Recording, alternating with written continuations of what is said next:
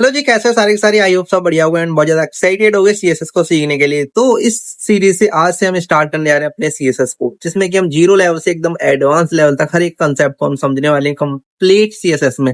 जैसे कि हमने लास्ट वीडियोस में हमने एचटीएमएल को सीखा था, इस सीरीज में फुल स्टैक वेब डेवलपमेंट की सीरीज में एचटीएमएल को एकदम जीरो से एडवांस लेवल तक हर एक कंसेप्ट को हमने सीखा। एंड हमने एक प्रोजेक्ट बनाया एक बहुत बढ़िया, उस प्रोजेक्ट को हमने डिप्लॉय किया एक वेबसाइट बना करके। एंड एचटीएमएल की हमने वेबसाइट बनाई थी और उसको डिप्लॉय करके उससे एक हमको एक लिंक मिला था। उस लिंक से उस नेम से हम अपनी वेबसाइट को किसी भी मोबाइल में एक्सेस कर सकते हैं। ठीक है, तो इसी तरह से अब हम एचटीएमएल एंड सीएसएस को सीख करके एक बहुत अच्छी वेबसाइट बनाने वाले एंड उसको भी डिप्लॉय करेंगे। आप उसको भी किसी भी मोबाइल पे एक्सेस कर सकते हो। तो इस वीडियो में आज से हमारी स्टार्ट हो रही है सीएसएस, और आज हम बहुत सारी चीज सीखने वाले हैं सीएसएस के बारे में। ठीक है, तो विदाउट वेस्टिंग एनी टाइम कर लेते हैं फटाफट से अपने को स्टार्ट। फुल स्टैक फोल्डर को मैं लाना चाहूंगा वीएस कोड में। चलो भाई, ये आ गया। तो अभी तक आप नए हो या फिर पुराने हो, वीडियो को लाइक नहीं किया तो वीडियो को लाइक कर देना, चैनल को सब्सक्राइब कर लेना। आपको यहाँ पे कंप्लीट सीएसएस सिखाई जाएगी। ठीक है, वो तो है ही हमारा फुल स्टैक वेब डेवलपमेंट का कोर्स यूजिंग मस्टैक। इस पे आपको सारा का सारा इस सीरीज में आपको सीखने को मिल रहा है एकदम बढ़िया तरह से। और एक सही है। ठीक है, तो मैंने क्या किया कि यहाँ पे देखो, मैंने अपना जो फुल स्टैक वेब डेवलपमेंट का कोर्स का यहाँ पे फोल्डर है वो मैंने यहाँ पे ओपन कर लिया है।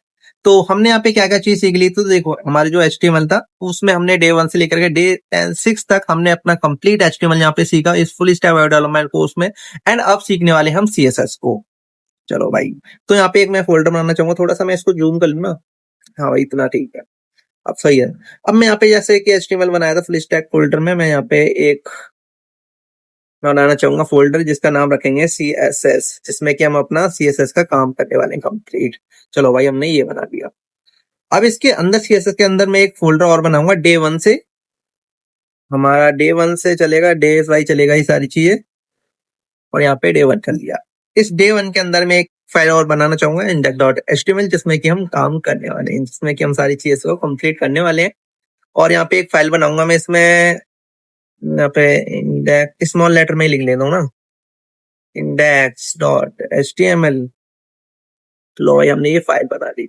चलो, इसमें एक बॉयलर प्लेट कोड है, वो भी ले लें। हाँ भाई, ले लो, ये लो, बॉयलर प्लेट कोड है, हमने ये भी ले लिया। चलो भैया, एंड यहाँ पे टाइटल में हम डॉक्यूमेंट की जगह पे क्या दे देंगे, यहाँ पे कर लेते हैं हम CSS डे 1।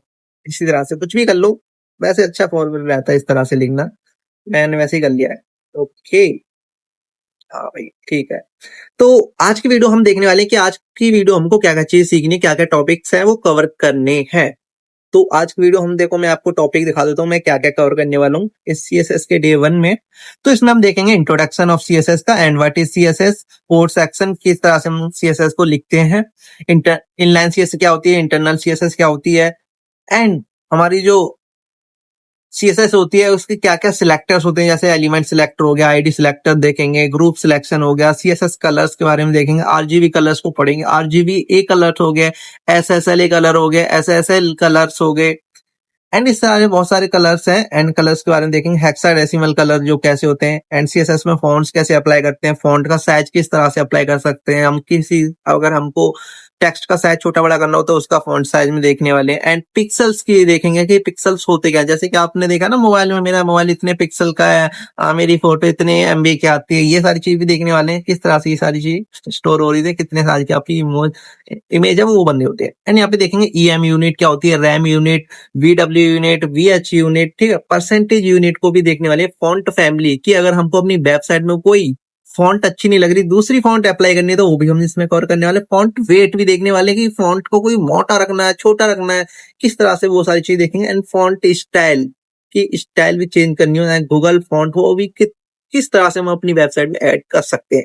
तो आज की वीडियो हम ये टॉपिक को यहाँ पे कवर करने वाले हैं। तो नोट्स की आपको टेंशन बिल्कुल नहीं लेनी है, तो नोट्स भी मैं आपको यहाँ पे साथ साथ बनाते चल रहा हूँ। और नोट्स भी ये देखो, मैं यहाँ पे ये रहे नोट्स हमारे। तो यहाँ पे ये सारे नोट्स आपको यहाँ पे मिल जाएंगे एकदम अच्छे से। ये सारे मैंने नोट्स बना लिए आपके लिए।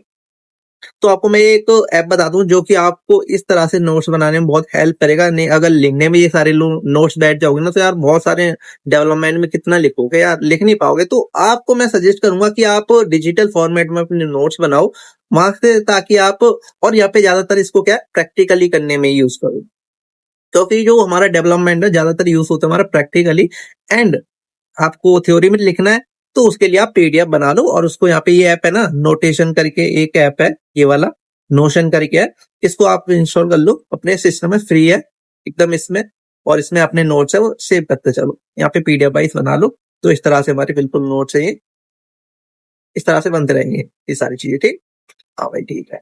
तो अब हम क्या करते हैं, तो अपना काम पे आते हैं पहले तो, कि भाई अब ये सीएसएस है, इसको बारे में कुछ बताओ क्या है, इसके बारे में किस तरह से लिखते हैं ये। तो देखो सीएसएस का अब हम बात करते हैं, लेके आते हैं अब सीएसएस को अपने एक हो। तो जो सीएसएस है ना, जैसे कि हमने अभी वेबसाइट बनाई थी एचटीएमएल, प्योर एचटीएमएल से अपनी वेबसाइट बनाई थी और उसको डिप्लॉय किया था। तो उसको वेबसाइट को आप देख पा रहे होगे कि उसमें ना कोई सुंदरता नहीं दिखाई दे रही हमको। जैसे कि आपने अमेज़न, फ्लिपकार्ट की वेबसाइट देखी है ना, कि इतनी सुंदर-सुंदर लगती हैं, इतना फ़ॉन्ट होता है, इतना साइज़ का कोई फ़ॉन्ट है, कोई छोटे साइज़ का है, मतलब सुंदर दिखाई दे रही है। तो एचटीएमएल से हमारी फ़ॉन्ट है उतनी सुंदर नहीं दिखाई दे रही। तो अब हमको अपनी वेबसाइट को सुंदर बनाना हो, किसी एलिमेंट को साइड में रखना हो, कितने साइज़ का कोई एलिमेंट रखना है, कौन से लेआउट देने हैं, और अपनी वेबसाइट को अगर हम मोबाइल में खोलें, तो हमारी मोबाइल में कैसी दिखनी चाहिए, एंड अगर हम बड़ी स्क्रीन पे, लैपटॉप में या फिर किसी बड़ी स्क्रीन में अपने वेबसाइट को खोलें, तो उसके हिसाब से हमारी वेबसाइट दिखनी चाहिए। ये नहीं कि हमारी मोबाइल में चल रही है एंड लैपटॉप में सही नहीं चल रही, फट रही है। तो भाई इस चीज को ना, अपनी वेबसाइट को लेआउट देने के लिए, डिजाइन देने के लिए, सुंदर बनाने के लिए ना, इसके लिए हमारी आती है सीएसएस, जिसका फुल नेम होता है कैस्केडिंग स्टाइल सी। कि अगर हमको अपनी वेबसाइट को सुंदर बनाना है, अच्छे अच्छे लेआउट देने हैं, मोबाइल पे चलाना है और लैपटॉप में बहुत अच्छे से दिखानी है, एकदम अच्छे रिस्पॉन्सिव डिजाइन देनी है, तो इसके लिए हमको सीएसएस यूज करनी ही पड़ेगी, अगर अपनी वेबसाइट को हमको एक अच्छा वेबसाइट बनाना है तो इसके लिए हमारी यूज की जाती है यहाँ पे सीएसएस। ये देखो यहाँ पे एनिमेशन नमस्ते लिखा आता है, यहाँ पे मैकबुक में होता है इस तरह से, ठीक है। तो अब स्टार्ट कर लेते हैं भाई कि किस तरह से सीएसएस लिखते हैं। हमने इंट्रोडक्शन देख लिया किस तरह से इसका यूज होता है भाई। तो अब इसको लिखते कैसे हैं सीएसएस को, तो मैं यहाँ पे कुछ लिखना चाहूंगा इस एचटीएमएल फाइल में। तो मैं यहाँ पे कुछ लिखता हूँ, जैसे कि भाई इधर आ जाओ तुम थोड़ा सा, अब यहाँ पे थोड़ा हाथ बैठा दो, मैं लिखते हैं। तो यहाँ पे मैं कुछ लिखना चाहूंगा, एक सबसे पहले एक हेडिंग टैग लूंगा यहाँ पे H1 में, एंड जिसमें लूंगा हेलो कोडिंग्स एक्सपर्ट। यहाँ पे मैंने कोडिंग एक्सपर्ट लिख दिया, एंड यहाँ पे एक पैराग्राफ लेना चाहूंगा मैं, यहाँ पे पी, और यहाँ पे रैंडम टेक्स्ट दे दूंगा कुछ भी, लोरम करके, लोरम 50, और मैं यहाँ पे ना एंटर कर दूंगा भाई लोरम 50। एक और चीज है ना, जैसे कि ये लंबी लाइन में जा रहा है ना इतना, भाई मेरे को समझ नहीं आ रहा, मेरे को इसमें छोटी चीज में रखना ना, मतलब इसी में आ जाए भाई। तो इसको ना मैं वर्ड रैप कर सकता हूँ, जैसे कि ना मैं सेटिंग में आना चाहूंगा, यहाँ पे सेटिंग में क्लिक करना है, एंड यहाँ पे एक सेटिंग में आ जाना है, सेटिंग पे क्लिक करना है आइकन पे, एंड यहाँ पे ना एक सर्च करना है आपको, यहाँ पे सर्च सेटिंग में की वर्ड रैप, वर्ड रैप ऐसे ही होता है यार कुछ, डब्लू रैप ऐसे करके होता है। हाँ ये ना वर्ड रैप, इस वाले को आपको क्या करना है, ऑफ से ना ऑन कर लेना है, word rap column, word rap bounded, इसको ऑन कर लेना है बस आपको। तो आपका जो टेक्स्ट है ना, ये देखो अब ज्यादा स्क्रीन से उधर फैलेगा नहीं आपका, बस इसी में एडजस्ट हो जाएगा, जितनी स्क्रीन होगी उस उतने में आपका टेक्स्ट है वो रैप होता रहेगा। ये देख रहे हो, ये देखो जितनी छोटी स्क्रीन करूंगा उसके हिसाब से हमारा टेक्स्ट है वो रैप होता रहेगा इस तरह से। तो इसको आप ऑन कर लेना, अच्छी चीज है ये, समझ में आ गया। हाँ, और एक और टैग ले लूंगा मैं नहीं नीचे, एक और ले लेता हूँ H2 टैग ले लेता हूँ, जिसमें कि मैं कुछ कंटेंट डाल देता हूँ।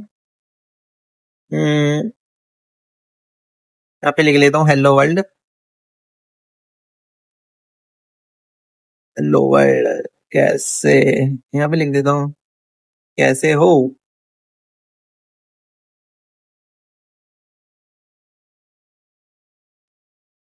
चलो यहाँ पे ऐसे ही लिख देता हूँ कैसे, कोई बात नहीं।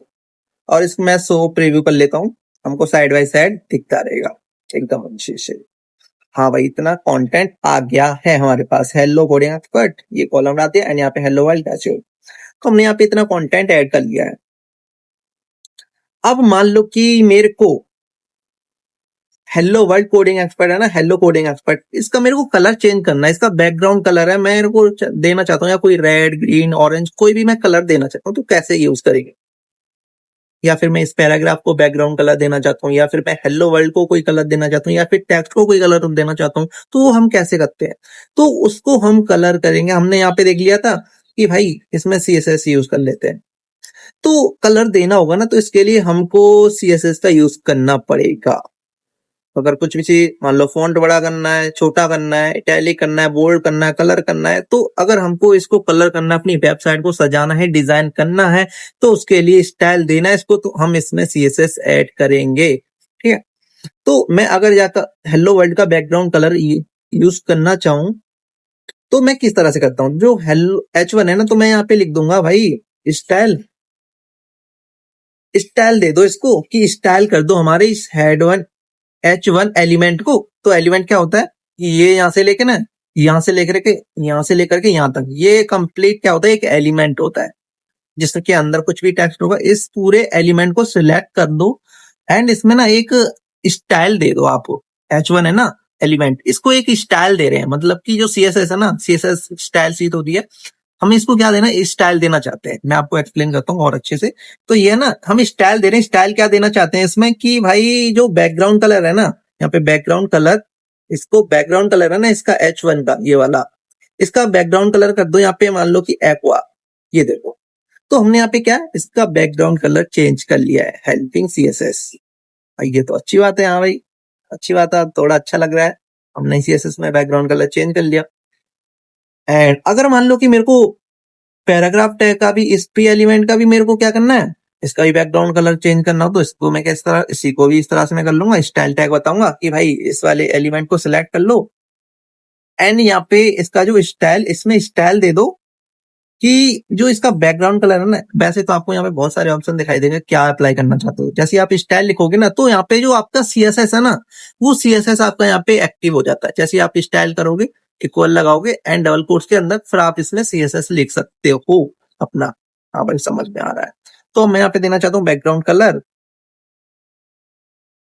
बैकग्राउंड कलर, और यहाँ पे दे दूंगा मैं, मान लो कि इसमें क्या देना चाहता हूँ मैं, ग्रीन देना चाहता हूँ, ये वाला, ये ग्रीन देता क्या, चलो कोई बात नहीं, हमने ग्रीन दे दिया, तो हमने यहाँ पे ये कलर कर दिया। चलो भाई, लेकिन ये है क्या, इसका मीनिंग बताओ यार, ये मीनिंग पूरा हमको समझाओ ना, जब हमको थोड़ा और अच्छे समझ में आया ना, क्लियरिटी तो जब ये आएगी ना, इसका पूरा मीनिंग पता चलेगा। स्टाइल लगा दिया, बैकग्राउंड कर दिया, ये तो मैं आपको एक्सप्लेन करता हूँ इसके लिए। इसको मैं इधर कर लूँ थोड़ा, इसकी नीड नहीं अभी।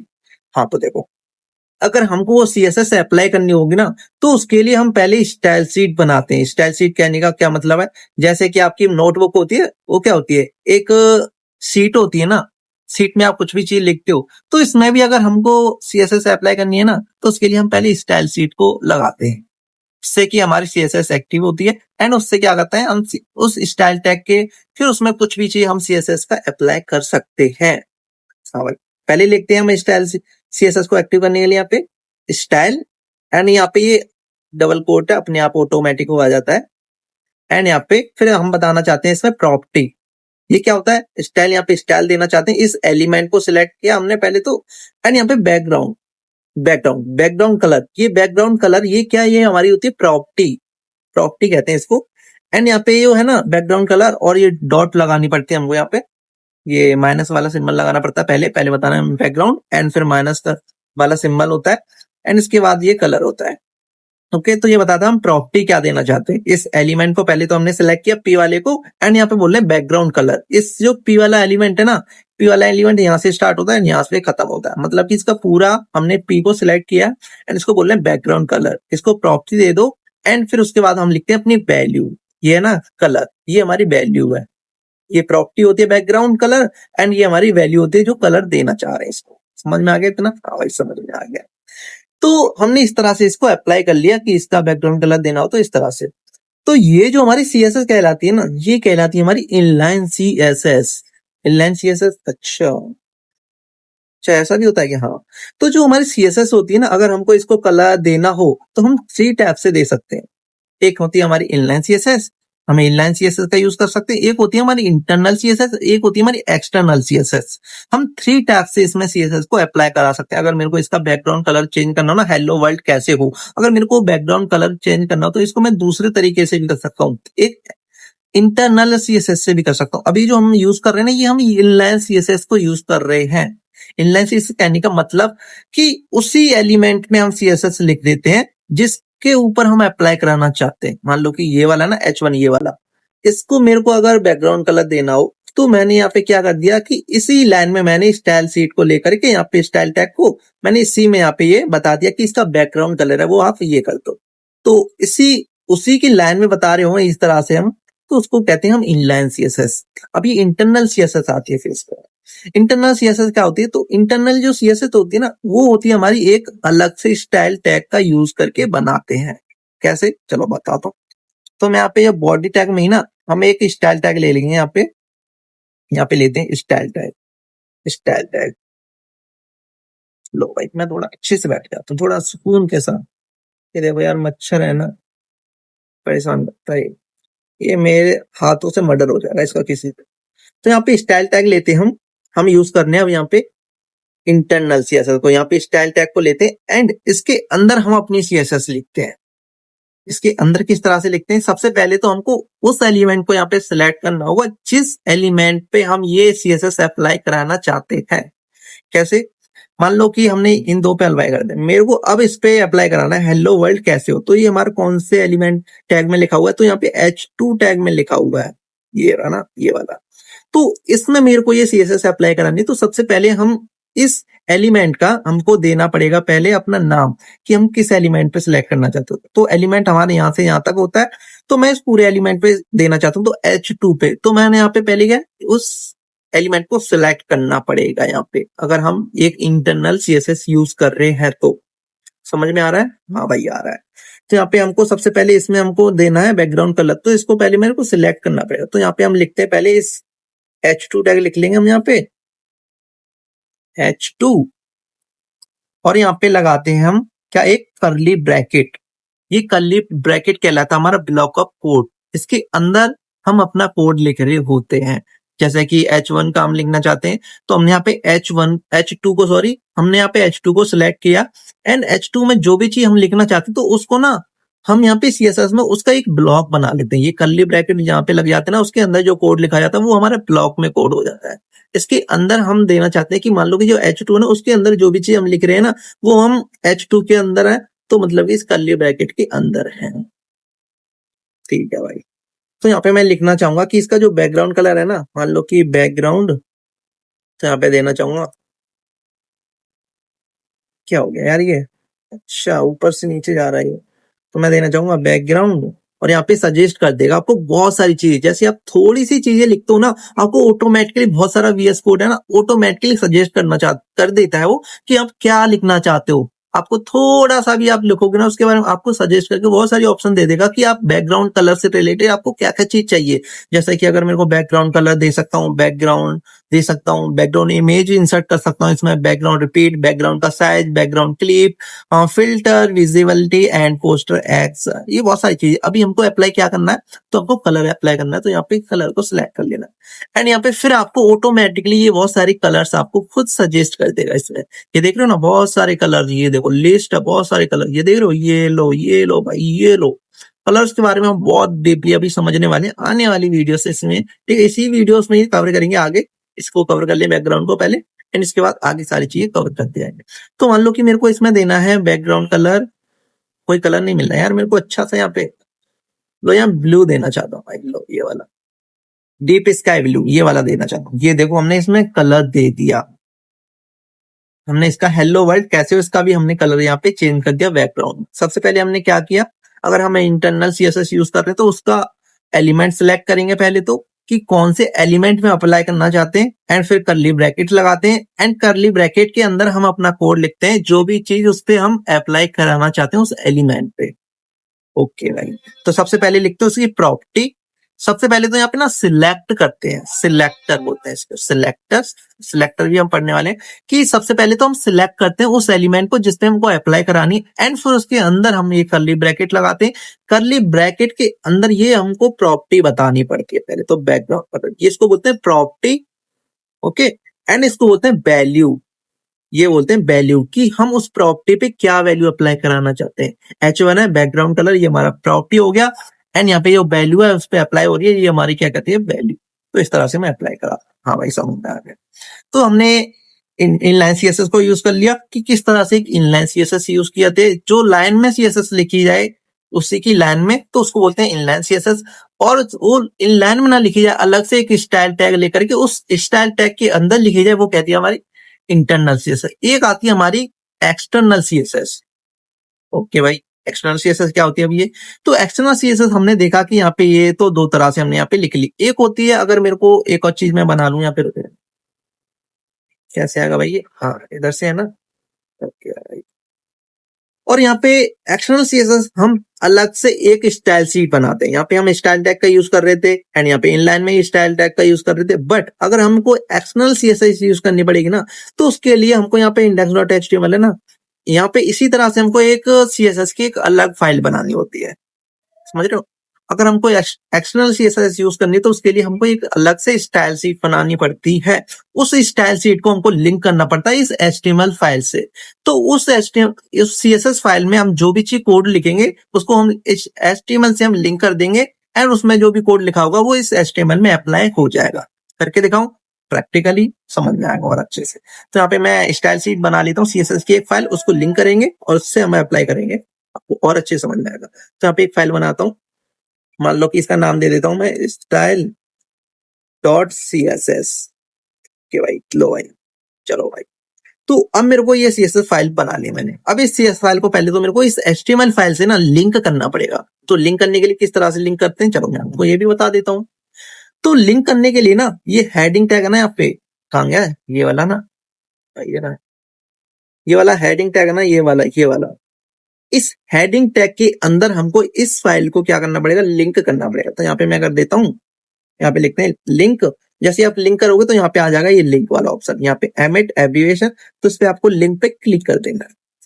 और यहाँ पे एचआरईएफ में आपको उस स्टाइल शीट का ना, ये हमने style dot C S S नाम दिया ना, तो यहाँ पे एचआरईएफ में इसका नाम हमको क्या कर देना, यहाँ पे नाम बता देना इसको, तो लिंक हो जाएगी। यहाँ पे नाम क्या है, स्टाइल, तो यहाँ पे खुद सजेस्ट कर देगा। ऐसे थोड़ा सा नाम लिखोगे ना तो आपको, अच्छा इस स्टाइल शीट को आप लिंक करना चाहते हो, हाँ भाई, तो लिंक कर दिया। इसका पूरा मतलब क्या है, इसका पूरा लिंक करने का इतना क्या है इसका मतलब, तो देखो मैं आपको बताता हूँ, क्लियरली समझा दो, एकदम डेप्थ में आपको सारी चीजें कंसेप्चुअली आपको समझ में आनी चाहिए भाई।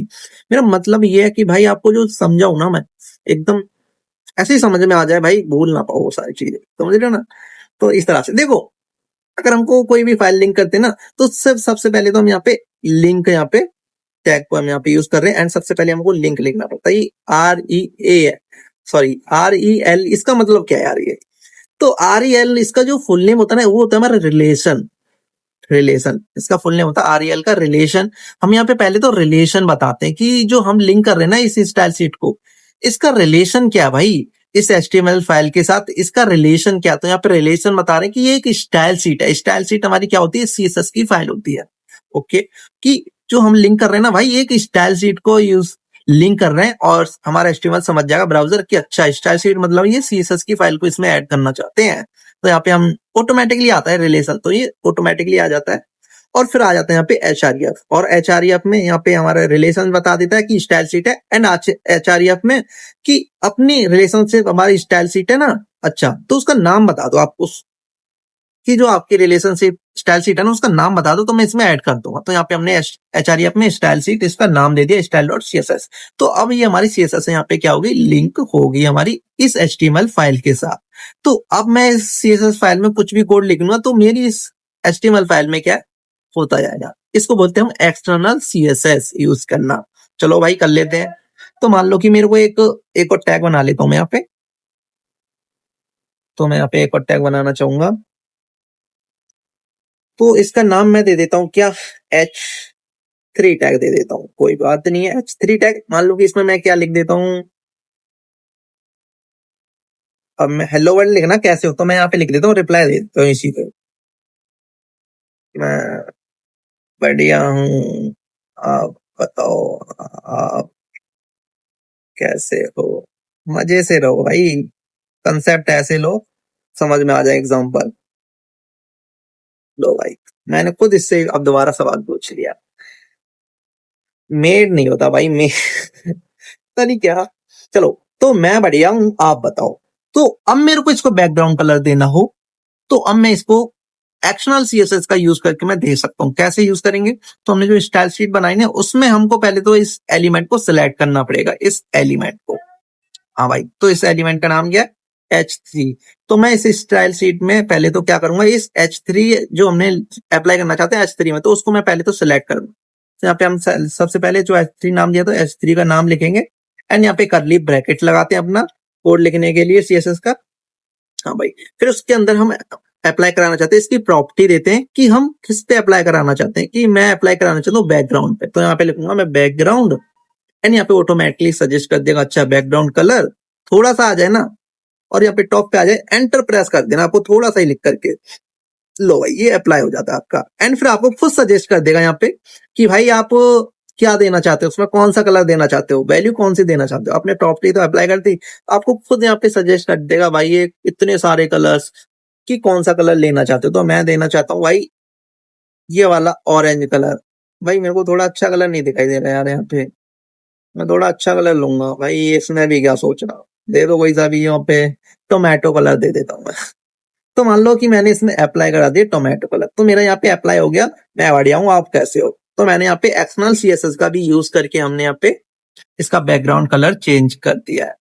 तो हमने क्या क्या चीज देख ली अभी, कि इनलाइन CSS यूज करना किस तरह से यूज करते हैं, इंटरनल CSS को किस तरह से यूज करते हैं, एक्सटर्नल CSS को किस तरह से यूज करते हैं। हमने 3 चीज देख ली।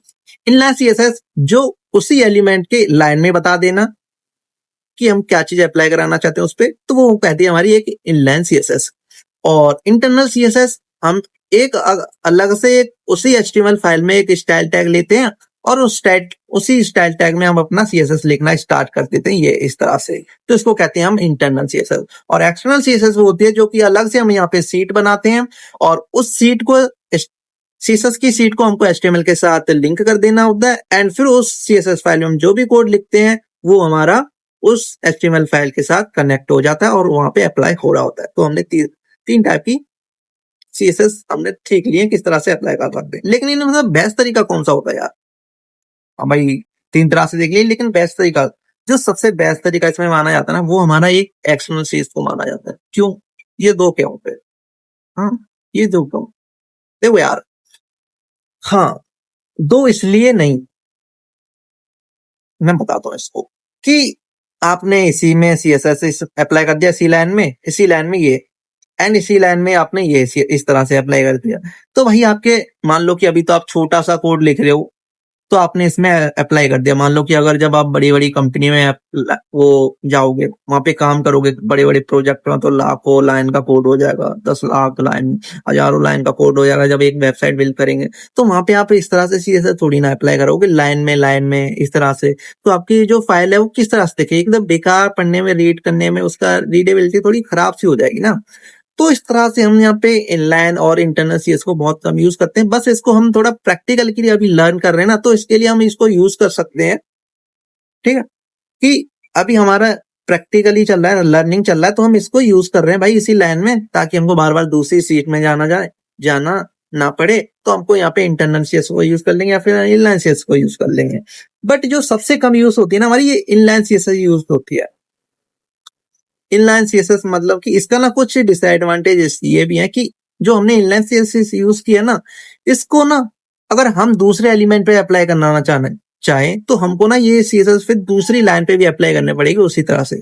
और जो एक्सटर्नल CSS उसका एडवांटेज ये है कि हमने एक बार जो लिख दी ना ये वाली CSS, ये इंटरनल, इसमें बैकग्राउंड कलर, इसमें ना मैं यहीं से इसी सीट में ये वाले कलर को भी चेंज कर सकता हूँ। मान लो कि इसी लाइन में मैं देना चाहता हूँ कि भाई H2 को भी मैं कलर देना चाहता हूँ यहाँ पे H2, तो यहाँ पे मैं कॉमा दे करके ये देखो इसी टैग से एक ही बार से इसी तरह से भी मैं इसको अप्लाई करा दिया, ये देख रहे हो H2 को भी मैंने इसी तरह से कलर अप्लाई करा दिया इस तरह से। ये वाला कौन सा चेंज हुआ था, मैंने अभी देखा था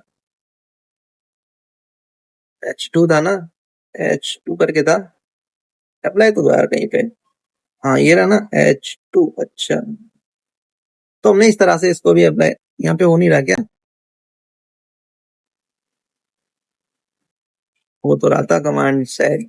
हाँ, तो इस तरह से मल्टीपल चीजों पे भी अप्लाई करा सकते हैं एक साथ, हम CSS लिख करके एक ग्रुपिंग करके इसको भी सिलेक्ट कर सकते हैं, इसको भी मल्टीपल हम यहाँ पे एलिमेंट को सिलेक्ट कर सकते हैं एक्सटर्नल CSS से। और हमारे इंटरनल सीएसएस भी कर सकते हैं, लेकिन जो सबसे बेस्ट तरीका होता है वो हमारा एक्सटर्नल सीएसएस होता है, जिसमें कि हम अपनी सीएसएस का कोड है ना अलग फाइल में बना ले, ताकि हमारी रीडेबिलिटी आपकी बहुत अच्छी रहे। अगर कोई भी फाइल को रीड करना चाहे, अच्छा ये सीएसएस का कोड लिखा है इस फाइल में, तो इसमें एकदम अच्छे से वो सीख सकता है, देख सकता है अच्छा H1 में कलर दे रहा है, ये चीज हो रही है। लेकिन यहाँ तो इनलाइन में सीएसएस में ही कलर दे रहा है, यहाँ पे इसी लाइन में HTML का कोड लिख रहा है, तो इसको लिखना थोड़ा, पढ़ना जब बड़ी बड़ी लाइन ज्यादा कोड हो जाएगा तो वहां पे पढ़ना है बहुत मुश्किल हो जाएगा। तो इसके लिए हम यहाँ पे ये चीज को इनलाइन सीएस को बहुत कम यूज करते हैं, वहां पे अवॉइड कर देते हैं ये सारी चीजों को, एंड इंटरनल सीएस को भी अवॉइड करते हैं। सबसे ज्यादा यूज होता है हमारे यहाँ पे इंटरनल, एंड ये सबसे बेस्ट तरीका होता है इसको लिखने का। हाँ भाई, इतना समझ में आ गया। अब हमको ये तीन चीज से समझ में आ गई, बहुत सारी चीज हमने देख ली कि इंट्रोडक्शन देख लिया सीएसएस का, इनलाइन सीएसएस देख ली किस तरह से लिखी जाती है हमारी, ओके, एंड हमारी इंटरनल सीएसएस देख ली हमने किस तरह से लिखी जाती है हमारी, इस तरह से, एंड यहाँ पे एक्सटर्नल सीएसएस देख ली हमारी किस तरह से लिखी जाती है हमने प्रैक्टिकली, हमें समझ में आ गई।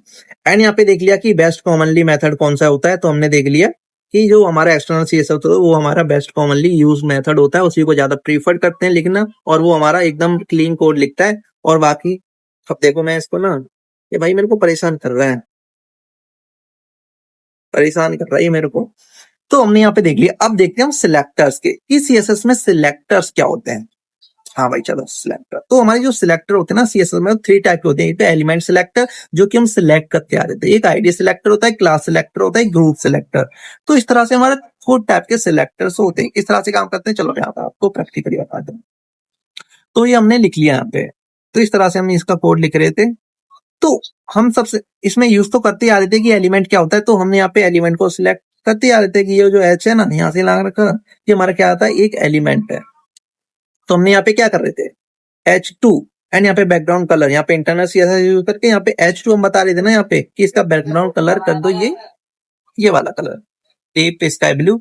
तो हम यहाँ क्या कर रहे थे आईडी सिलेक्टर, आईडी नहीं सॉरी, ये कहलाता है हमारा एलिमेंट सिलेक्टर। यहाँ पे H2 है ना, ये हमारा क्या एक एलिमेंट सिलेक्टर, मतलब कि हम इस एलिमेंट को सिलेक्ट कर रहे हैं H2 को, एंड इसमें क्या दे रहे हैं हम ये कलर देना चाहते हैं ये।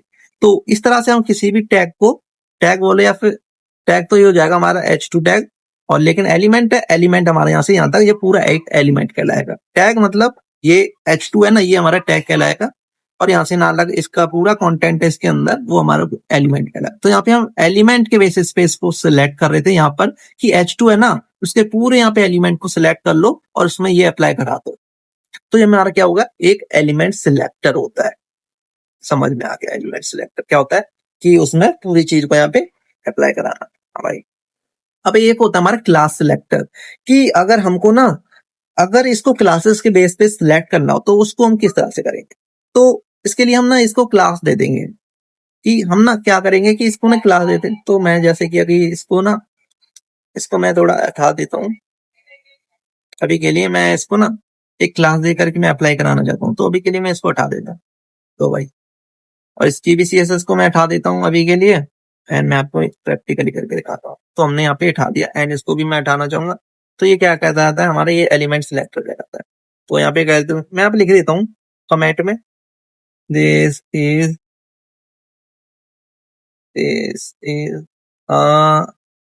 यहाँ पे लिख देता हूँ इंटरनल सीएसएस। यहाँ पे इसको मैं कमेंट कर देता हूँ कि भाई हमारी इंटरनल सीएसएस थी, तो भाई इसको मैं करते कमेंट कर, चलो भाई। और इसका जो बैकग्राउंड कलर होगा ना ये वाला तो मैं इसको हटाना चाहूंगा, लो रहने देता हूँ, क्या जा रहा है मेरा। इसको भी यहाँ से भी, ये भी हमारा क्या था एक एलिमेंट सिलेक्टर, तो हम यहाँ पे एलिमेंट को सिलेक्ट कर रहे थे। H3 एलिमेंट हो गया, H2 दो को एक साथ हम एलिमेंट को सिलेक्ट कर रहे हैं यहाँ पे कि H3 है और H2 है, इन दोनों को भी यहाँ पे क्या कर दो, ये हमारा क्या एक एलिमेंट सिलेक्टर है, जो कि हम उस एलिमेंट के बेसिस पे सिलेक्ट करें ना, उसको हम कहते हैं एलिमेंट सिलेक्टर। लो भाई, इसको भी मैं कमेंट कर देता हूँ, लो ये कलर चला गया। अब हम यूज करते हैं क्लास सिलेक्टर के बेसिस पे।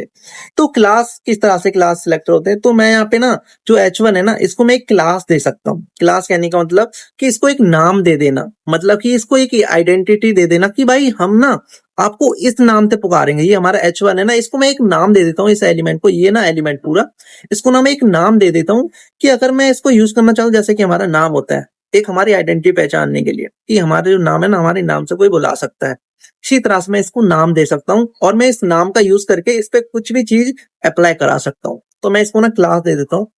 क्लास का मतलब या फिर आईडी का मतलब क्या होता है, उसको नाम देना। और उस नाम का यूज करके हम उस पर कुछ भी चीज परफॉर्म करा सकते हैं।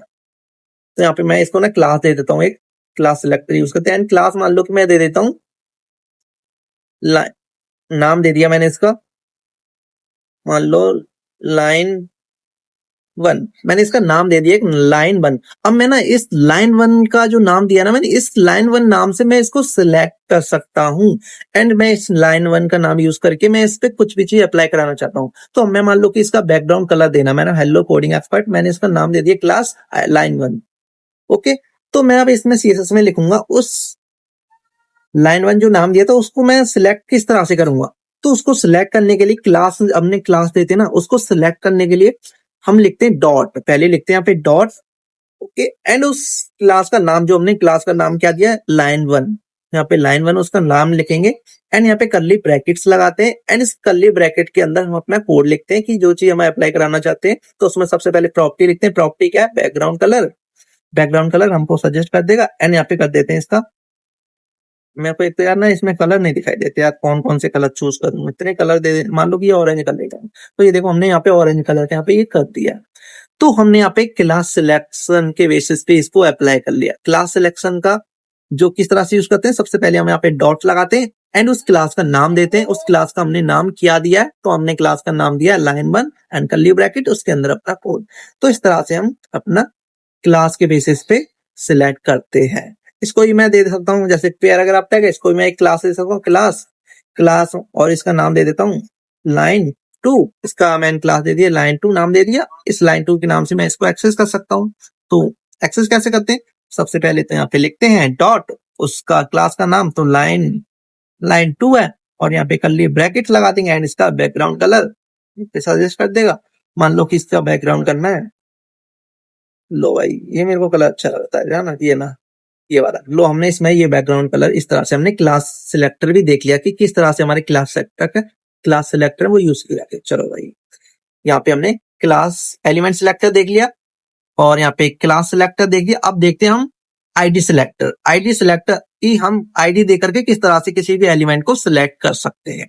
तो आईडी सिलेक्टर किस तरह से यूज करते हैं, चलो मैं इसको कमेंट कर देता हूँ और वो भी आपको मैं करता हूँ। एंड यहाँ पे मैं लिख देता हूँ, ये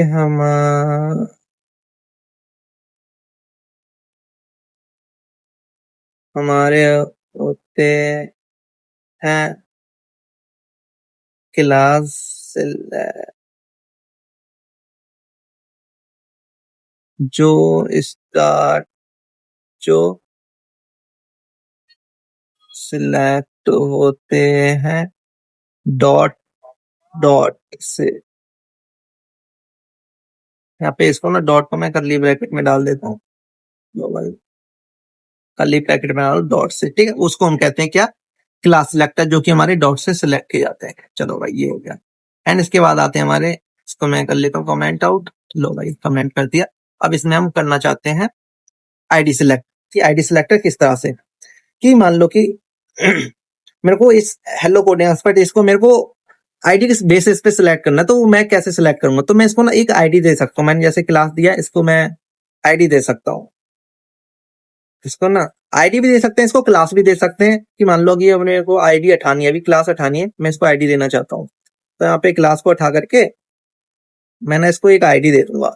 तो आईडी भी हमारा नाम ही देने के लिए काम यूज होता है, लेकिन जो आईडी होती है हमारी यूनिक होती है। वो हम आईडी है ना, एक सेम नाम की आईडी हम दूसरे किसी एलिमेंट में नहीं दे सकते। जैसे कि अगर मैं यहाँ पे बनाऊं आईडी, मान लो कि इसकी आईडी का नाम दे देता हूँ कोडिंग एक्सपर्ट, लाइन 1 ही नाम दे देता हूँ इसका आईडी का, ठीक है।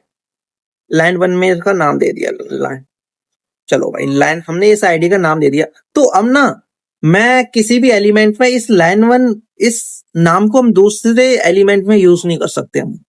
एंड मल्टीपल एलिमेंट पे भी हम इसको यूज नहीं कर सकते, मल्टीपल एलिमेंट के लिए इसको यूज नहीं कर सकते, एंड मल्टीपल टाइम इसको यूज नहीं कर सकते। आईडी क्या होता है, एक यूनिक होता है, सिर्फ उसको एक बार नाम दिया जाता है, किसी का नाम सेम नहीं हो सकता इस नाम से। अब लेकिन जो क्लासेस होती है ना, क्लासेस हम मल्टीपल नाम मल्टीपल एलिमेंट को दे सकते हैं। एक ही एलिमेंट को ना मल्टीपल नाम भी दे सकते हैं। जैसे कि हमने जो आईडी क्लास देखा था ना, क्लास हम एक ही नाम को ना, सॉरी, जो क्लास था ना तो एक एलिमेंट को क्लास हम बहुत सारी दे सकते हैं, मतलब कि एक एलिमेंट को ना हम बहुत सारे नाम दे सकते हैं उसमें। जैसे कि मैं आपको दिखाऊं, जैसे H2 है, इसको मैं क्लास दे करके क्लास इसके नाम ना मैं बहुत सारे दे सकता हूँ। मान लो कि इसको एक पैरा नाम दे दिया मैंने, एंड स्पेस दे करके इसको लाइन 2 नाम दे दिया, लाइन 3 नाम दे दिया। इस तरह से मैं मल्टीपल नाम दे सकता हूँ किसी भी एक एलिमेंट को, किसमें, क्लासेस में। क्लास में मल्टीपल नाम दे सकता हूँ एंड मल्टीपल एलिमेंट पे उसको मैं अप्लाई करा सकता हूँ। अच्छा, ये समझ में आ गया, चलो बात है अच्छी है। लेकिन जो आईडी होती है ना हमारी, आईडी हमारी यूनिक होती है। ये नाम है ना लाइन 1, ये हम सिर्फ एक ही बार यूज कर सकते हैं हमारी इसमें सीएसएस में, ये नाम। और हम मल्टीपल आइटम पे इसको नाम को यूज नहीं कर सकते, हमारी यूनिक होती है भाई, समझ में आ गया। तो हमने इसको आईडी दे दी, इस आईडी दे दी हमने लाइन 1। तो अब मैं इस आईडी के बेसिस पे इसको सिलेक्ट करना चाहूँ तो मैं सीएसएस में आऊंगा, तो आईडी के बेसिस को हमको सिलेक्ट करने के लिए हम उसके लिए लगाते हैं हम क्या, हैश पहले लगाते हैं हैश। एंड फिर उस आईडी का नाम जो भी हमने उसका नाम दिया, लाइन 1 नाम दिया, तो अब लाइन 1 को सिलेक्ट करेंगे एंड यहाँ पे सीएसएस अप्लाई करा देंगे। यहाँ पे बैकग्राउंड कलर यहाँ पे कर लो, ये ले लो कलर। क्यों नहीं अप्लाई हुआ ये, लाइन 1 नहीं, लाइन नाम लिखा है, लाइन 1 नाम दिया था हमने, तो ये देखो यहाँ पे सीएसएस अप्लाई हुई। तो हमने यहाँ पे आईडी के बेसिस पे अपना सिलेक्ट करना सीख लिया कि आईडी को हम किस तरह से लिखते हैं। तो आईडी को हम यहाँ पे आईडी लिखते हैं एंड उसका नाम दे देते हैं एंड उसको सिलेक्ट करने के लिए यहाँ पे हैश लगाते हैं उस आईडी का नाम, एंड फिर उसके बाद इस तरह से। तो हमने यहाँ पे 3-4 टाइप के यहाँ पे एलिमेंट देख लिए। एक होता है हमारा ग्रुप सिलेक्टर, 3 टाइप के हमने सिलेक्टर देख लिया। होता है हम ग्रुप सिलेक्टर किस तरह से सिलेक्ट करते हैं, तो ग्रुप सिलेक्टर में ना हम मल्टीपल एलिमेंट को एक साथ सिलेक्ट कर सकते हैं। जैसे लाइन 1 है ना, चलो लाइन 1 है, हमने इसको एक नाम दे दिया लाइन 1। तो मैं चाहता हूं कि जो पैराग्राफ है ना, पैराग्राफ, इसको भी एक मैं आईडी दे देता हूँ, आईडी दे देता हूँ यहाँ पे पैरा, इसको मैंने आईडी दे दी पैरा। और लाइन 3 है ना, H2 है, इसको मैंने आईडी दे दी मान लो कि लाइन 3 हमने पैरा दे दिया, लाइन 3 दे दी। तो हम इसको किस तरह सिलेक्ट कर सकते हैं, तो इसको ना हम एक साथ सिलेक्ट कर सकते हैं। जैसे लाइन 1 है ना, तो इसी के साथ ना मैं एक कॉमा लगा दूंगा एंड फिर से एक हैश लगा दूंगा, और फिर का जो नाम दिया था पैरा, एक का नाम दिया था पैरा, और फिर से एक कॉमा लगा दूंगा, और फिर से हमारा एक नाम क्या था, लाइन 3, लाइन 3 हैश नहीं लगाया इसलिए अप्लाई नहीं हुआ, हैश 3। तो देखो मैंने इस तरह से एक साथ मल्टीपल एलिमेंट को एक साथ सिलेक्ट कर लिया, तो इसको बोलते हैं ग्रुप सिलेक्टर। एक साथ हम मल्टीपल सिलेक्ट कर लेना, जैसे कि हमने यहाँ पे सिलेक्ट किया एक ही बार में। जैसे कि हमने क्या सिलेक्ट किया, हैश लिख करके आईडी दिया था तो हैश लगाते हैं। अगर हमारा क्लास होता तो यहाँ पे डॉट लगा करके उनको मल्टीपल हम एलिमेंट को यहाँ पे सिलेक्ट कर सकते थे। तो एक ही लाइन में मैंने एक ही बार में कितने सिलेक्ट कर ली, 3 एलिमेंट को सिलेक्ट कर लिया, और उसको मैंने बता दिया कि बैकग्राउंड कलर ये कर दो, मतलब कि ये तीनों का बैकग्राउंड कलर ना ये कर दो। तो इसको बोलते हैं हम ग्रुप सिलेक्टर। एक साथ मल्टीपल आइटम को सिलेक्ट करके उस पर सीएसएस अप्लाई कर देना, वो उसको बोलते हैं हम ग्रुप सिलेक्टर। समझ में आ गया, कंसेप्ट क्लियर है? क्लियर है, चलो भाई, क्लियर होना चाहिए कंसेप्ट। तो हमने ये भी सिलेक्टर देख लिया किस तरह से हमारे काम करते हैं। हमारे सिलेक्टर देख लिया, कंसेप्ट क्लियर है। अभी तक लाइक नहीं किया तो चैनल को सब्सक्राइब कर लेना। आपको इसी तरह से आपको इजी लैंग्वेज में आपको कंसेप्ट क्लियरली समझ में आएंगे चैनल पे। अब देखते हैं हम सीएसएस कलर्स की। अगर मैं इसको हटा देता हूँ, कमेंट कर देता हूँ, समझ में आ गया होगा। इसको बोलते हैं हम ये होते हैं हमारे क्या, आईडी सिलेक्टर जो यूज होते हैं, यूज नहीं होते, सिलेक्ट करते हैं, जो सिलेक्ट करते हैं यहाँ पे किसको, हैश का यूज करके। तो यहाँ पे लिखना हैश, जो सिलेक्ट करते हैं हैश के बेसिस पर। इस तरह से मैं इसको कमेंट कर देता हूँ। इसको पूरे को ही मैं कमेंट करना चाहूंगा भाई, अब तो इसकी कोई नीड नहीं है। एंड अब हम सीखेंगे कलर्स के बारे में। मान लो कि हमने इतना देखते आ रहे थे कि हमने इसका बैकग्राउंड कलर देख लिया। अब हमको इसमें इसका फॉन्ट का कलर चेंज करना हो तो वो कैसे करते हैं फॉन्ट का कलर, तो उसके लिए हम यूज यहाँ पे अब सीखने वाले हैं कि कलर्स के बारे में, कि किस तरह से हम इसका कलर्स दे सकते हैं। तो अब मेरे को हमने देख लिया कि आईडी सिलेक्टर, क्लास सिलेक्टर और बहुत सारे सिलेक्टर। अब हम किसी का भी सिलेक्टर यूज करके हम इसका कलर देना चाहें तो फॉन्ट का कलर दे सकते हैं। अभी तो हम क्या सीख रहे थे, बैकग्राउंड कलर, ठीक। तो अब हम सीखने वाले फॉन्ट कलर, किसी चीज पे फॉन्ट पे अप्लाई कराना उसका कलर, तो कैसे चेंज करते हैं। तो उसको लिखने के लिए तो हम उसको लिखते हैं यहाँ पे, हमारे जो कलर्स होते हैं ना, एक तो होता है हमारा आरजीबी कलर, एक होता है आरजीबी कलर, और एक होता है एचएसएल कलर, एक होता है एचएल और हेक्साडेसिमल। तो सबको एक एक से सीखते हैं, ठीक। चलो सीखते हैं। तो सबसे पहले तो मैं जो H1 है ना, इसको मैं आईडी से हटा देता हूँ। अब इसकी नीड नहीं है हमको, हमने सीख लिया है ये, और आपको ये सारी चीज प्रैक्टिस करनी है, और मैं इसको हटा देता हूँ यहाँ से। चलो भाई, अब मैं इसको एक आईडी दे देता हूँ, मान लो चाहे क्लास ही दे देता हूँ, क्लास दे देता हूँ, क्लास दे देता हूँ इसका यहाँ पे कि क्लास दे देता हूँ कोडिंग एक्सपर्ट। मैंने इसको क्लास दे दी, एक नाम दे दिया कोडिंग एक्सपर्ट। अब मैं इसको सिलेक्ट कर लेता हूँ यहाँ पे। क्लास को हम किस बेसिस पे सिलेक्ट करते हैं, डॉट के बेसिस पे, डॉट को लगा कर। तो यहाँ पे लगाएंगे पहले डॉट, हमारी क्लास है ना, तो उस क्लास का नाम क्या दिया, कोडिंग्स एक्सपर्ट, इतना बड़ा नाम।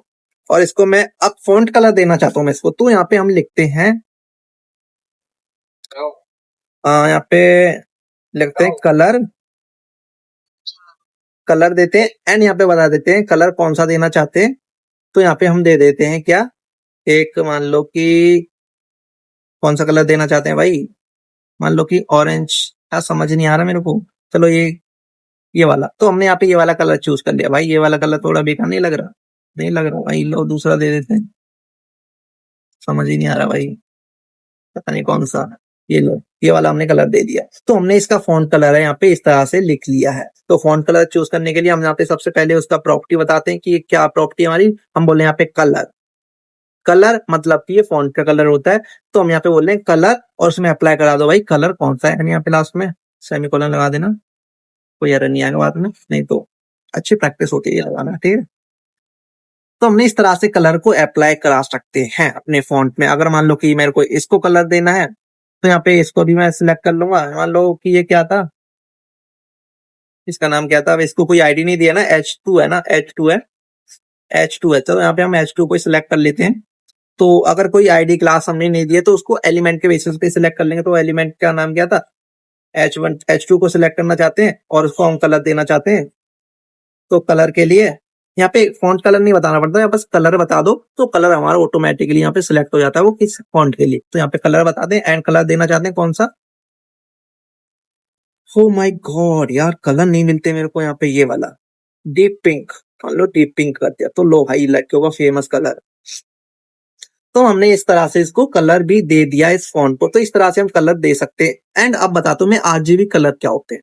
अब मेरे को मान लो कि इस तरह से तो ये हमारा बेसिक कलर हो गया, इस तरह से हम कलर दे सकते हैं। लेकिन आरजीबी कलर हम किस तरह से दे सकते हैं, चलो समझाता हूँ इसको भी। तो इस तरह से तो हमने ये कलर दे दिया। मान लो कि अब मेरे को इस पैराग्राफ को कलर देना है, तो उसके लिए मैं कलर लिख सकता हूँ यहाँ पे कि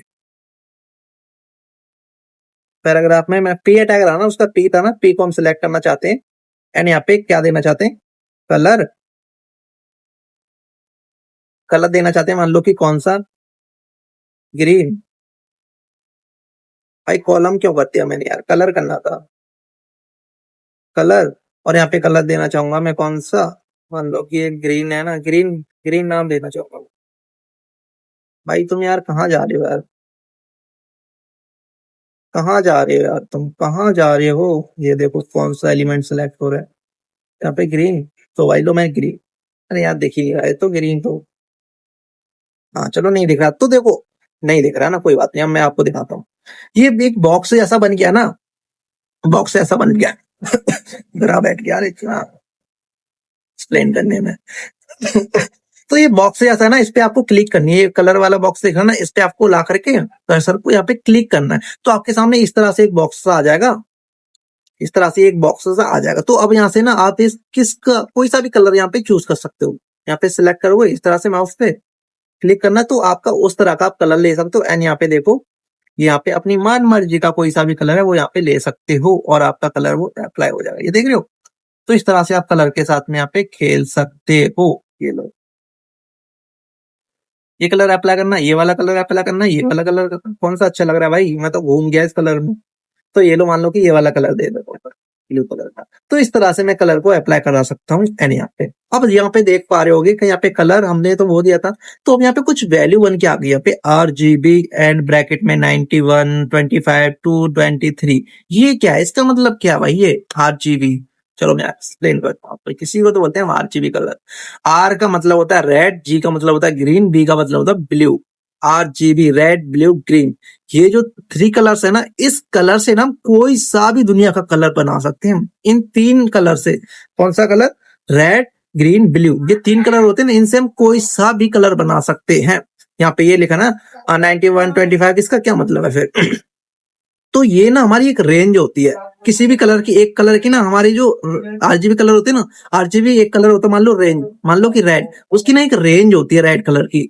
0 से लेकर के हमारी होती है 255 तक होती है। 0 से 255 तक एक कलर की रेंज होती है। उसके बीच में ना हम उसका कोई सा भी नंबर दे देना, मतलब कि उसकी मात्रा, यहाँ पे जो है ना रेड 91, तो R का मतलब है यहाँ पे रेड, रेड में हम यहाँ पे देना चाहते हैं 91। 0 से 91 के बीच में ना इसको मात्रा दे रहे हैं हम 91 की मात्रा, कि हमारा रेड कलर है 91, उसमें डाल दो मात्रा उसकी। एंड G मतलब ग्रीन, ग्रीन का 25, मतलब कि 255 में से 0 से 255 के बीच में से उसकी मात्रा डाल दो 25। आप यहाँ पे ग्रीन कलर का आप 25 मात्रा डाल दो। एंड B मतलब ब्लू, ब्लू का जो मात्रा डाल दो यहाँ पे आप 223 मात्रा डाल दो, तो हमारा ये कलर जनरेट हो गया। समझ रहे हो? तो इन 3 कलर से हम कोई सा भी कलर आप जनरेट करा सकते हो। जैसे कि मैं आपको दिखाऊं ना, जैसे सफारी पे लेके चलूं, मैं आपको एक और प्रैक्टिकल करके दिखाऊं, तो यहाँ पे मैं लिख दूंगा RGB कलर, आपको मैं जनरेट करके दिखाता हूँ RGB कलर। और यहाँ पे ना एक वेबसाइट आ जाएगी आपकी W3 स्कूल्स। ये बहुत अच्छी वेबसाइट है। आपको HTML CSS जावास्क्रिप्ट किसी भी लैंग्वेज के नोट्स चाहिए ना, तो आपको इस वेबसाइट पे आकर के ले सकते हो। एकदम डीपली सारी नोट मिलेंगे आपको यहाँ पे। तो मैं क्या करना चाहूंगा, तो मैं देखो यहाँ पे 3 कलर आ गए हमारे RGB, यहाँ पे आपको दिखाई दे रहे हैं। तो यहाँ पे एक कलर है ना, ये देखो यहाँ पे देखो, ये इसकी रेंज है ना 255 तक है, ये देख रहे हो 255 तक होती है इसकी मैक्सिमम रेंज। यहाँ पे ये देख रहे हो 255 तक रेंज होती है, 0 से लेकर के, यहाँ पे 0 से स्टार्ट 250 का। तो यहाँ पे ना मैं अब इस कलर को ना कोई सा भी, जैसे कि मैं रेड की मात्रा डाल दी, यहाँ पे रेड की मात्रा डाली 185, एंड यहाँ पे ग्रीन की मात्रा मैं डाल देता हूँ यहाँ पे लो 173, एंड यहाँ पे ब्लू की मात्रा डाल देता हूँ मैं कितनी, इतनी। तो ये देखो हमारे ये कलर ग्रे कलर का ऐसा हमारा एक कलर बन चुका है। इस तरह से हम इन तीनों कलर की हेल्प से ना कोई सा भी दुनिया का कलर बना सकते हैं, इनकी मात्रा दे करके कि हमको रेड कितना रखना है, ग्रीन कितना रखना है और ब्लू कितना रखना है। इनकी वैल्यू को यहाँ पे इस तरह से दे करके हम यहाँ पे कोई सा भी कलर जनरेट करा सकते हैं। हाँ भाई समझ में आ गए? चलो बहुत बढ़िया है। एंड यहाँ पे हमको एक कलर मिल गया होगा, जैसे कि RGB, यहाँ पे हमने ये कलर दिया तो इसका कलर आ गया RGB। इसकी मात्रा 0 है, मतलब कि रेड की मात्रा यहाँ पे 0 दी हमने, एंड यहाँ पे ग्रीन की मात्रा कितनी दी है 173, एंड इतना इस तरह से हम यहाँ पे जनरेट कराते हैं। भाई समझ में आ चुका है, कंसेप्ट एकदम क्लियर चल रहा है हमारा। तो यहाँ पे हम इस तरह से और एक और चीज मैं आपको दिखाऊं यहाँ पे, कि अगर मैं यहाँ पे ना ये ऑप्शन है ना यहाँ पे ये वाला, भाई इस पे मैं क्लिक करना चाहूंगा बॉक्स पे, एंड यहाँ पे एक ये वाला होता है, ये वाला कर्सर लाओगे ना इसको यहाँ पे इस तरह से ऑन करो, तो यहाँ पे मैं इसकी ओपेसिटी को ना कम कर सकता हूँ। इस कलर की ओपेसिटी को, मान लो कि इसकी ओपेसिटी मेरे को इतनी रखनी है, इतनी ओपेसिटी रखनी, थोड़ा कम ओपेसिटी होगी, देख रहे हो? तो अब यहाँ पे एक और चीज आ गई होगी RGBA। RGB, अभी ए का मतलब क्या है? हमने RGB का तो मतलब समझ लिया, लेकिन ये का मतलब क्या है? और यहाँ पे कुछ वैल्यू आ गई एक्स्ट्रा 0.422, इसका मतलब क्या है? तो ये कहलाता है हमारा अल्फा। ए का मतलब होता है अल्फा, कि इसकी जो ओपेसिटी है ना कलर की, हमको कितनी रखनी है। इसको मैं इतने से हटा कर 0 पॉइंट बाद लगना ना, बाद के बाद कितनी पॉइंट लगा दो, जैसे कि अगर मैं यहाँ पे दू 0.2, तो मतलब कि इसका जो अल्फा ओपेसिटी है ना, मैं 0.2 करना चाहता हूँ, मतलब कि 2% करना चाहता हूँ इसकी ओपेसिटी। तो यहाँ पे 0.2% मेरी यहाँ पे ओपेसिटी हो गई। ओपेसिटी कितनी होती है? 10 तक होती है। 10 के बाद 9 के बाद 10 आ जाता है, 1 कर देंगे। तो यहाँ पे जैसे कि अगर मैं करना चाहता हूँ 5, तो मतलब कि अब मेरी ना, मान लो कि यहाँ पे ना 6, यहाँ पे 10 कर दी, 5 का 0.5, मतलब इसकी 50% ओपेसिटी होनी चाहिए। मेरा ये कलर बनना है ना RGB red blue green colour का जो कलर है ना, इसकी 0.5 RGBA अल्फा कलर मैंने इसको दे दिया 0.5, मतलब कि इसकी ओपेसिटी है ना उसको कर दो 50%, 0.5 आधा हो जाएगा। तो उसकी ओपेसिटी होती है नॉर्मल 100 होती है, 100 जो होती है ना 100, मतलब इसका 50% कर दो, तो मतलब 1 ओपेसिटी होती है 1 से होती है 0 से 0 1 2 0, 0.1, 0.3, 0.4, 0.4 इस तरह से हमारी होती है 1 तक। तो 0 पॉइंट के बाद हम 0 तक ही होती है हमारी। तो 0.1 में हमारी 1% होगी, 0.2 में 2% होगी, 10% होगी, सॉरी 0.1 में हमारी 10%, 0.2 में हमारी कितनी होगी, 0.2 में 20%। इसकी ओपेसिटी इस तरह से हमारी चल रही होती है। तो इस तरह से हम इसमें ओपेसिटी भी दे सकते हैं। अल्फा होता है इस तरह से। समझ में आ गया आपको? ओके, समझ में आ गया। तो इसको हम बोलते हैं आरजीबी कलर, और लास्ट में अल्फा कलर होता है। और ये जीरो यहाँ पे जो आती है वैल्यू, वो हमारी अल्फा ओपेसिटी को बताती है कि हमकी अपने फॉन्ट के कलर में ओपेसिटी कितनी रखनी है, कितनी परसेंट रखनी है। हमें समझ में आ गया, कंसेप्ट हमको समझ में आ गया आरजीबी एंड आरजीबी कलर का, मतलब हमको समझ में आ गया। और यहाँ पे भी आपको दिखाई दे रहा होगा कि ये वाला जो होता है हमारा ओपेसिटी के लिए होता है। एंड अब सीखते हैं हम HSL कलर। इसको जो फुल नेम होता है ह्यू सैचुरेट लाइटनेस, इसका फुल नेम होता है। तो इसको किस तरह से हम लिखते हैं? तो इसको ना हम इस तरह से लिखते हैं। तो मैं इसको ना हटा दूंगा एंड यहाँ पे मैं लिख दूंगा HSL, HSL कलर दे दूंगा एंड यहाँ पे HSL कलर आ जाएगा।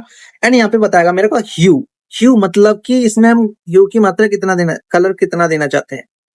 तो यहाँ मैं बोल दूंगा भाई यहाँ पे कर दे दो आप 244, हमारी 255 तक होती है वैल्यू। तो हम यहाँ पे कलर देना चाहते हैं ह्यू का मतलब 244। एंड सैचुरेशन, सैचुरेशन हम देते हैं परसेंट में कि कितनी हमको सैचुरेशन रखनी है उस कलर की। तो यहाँ पे सैचुरेशन दे देते हैं, मान लो कि 57%, 57% दे देते हैं।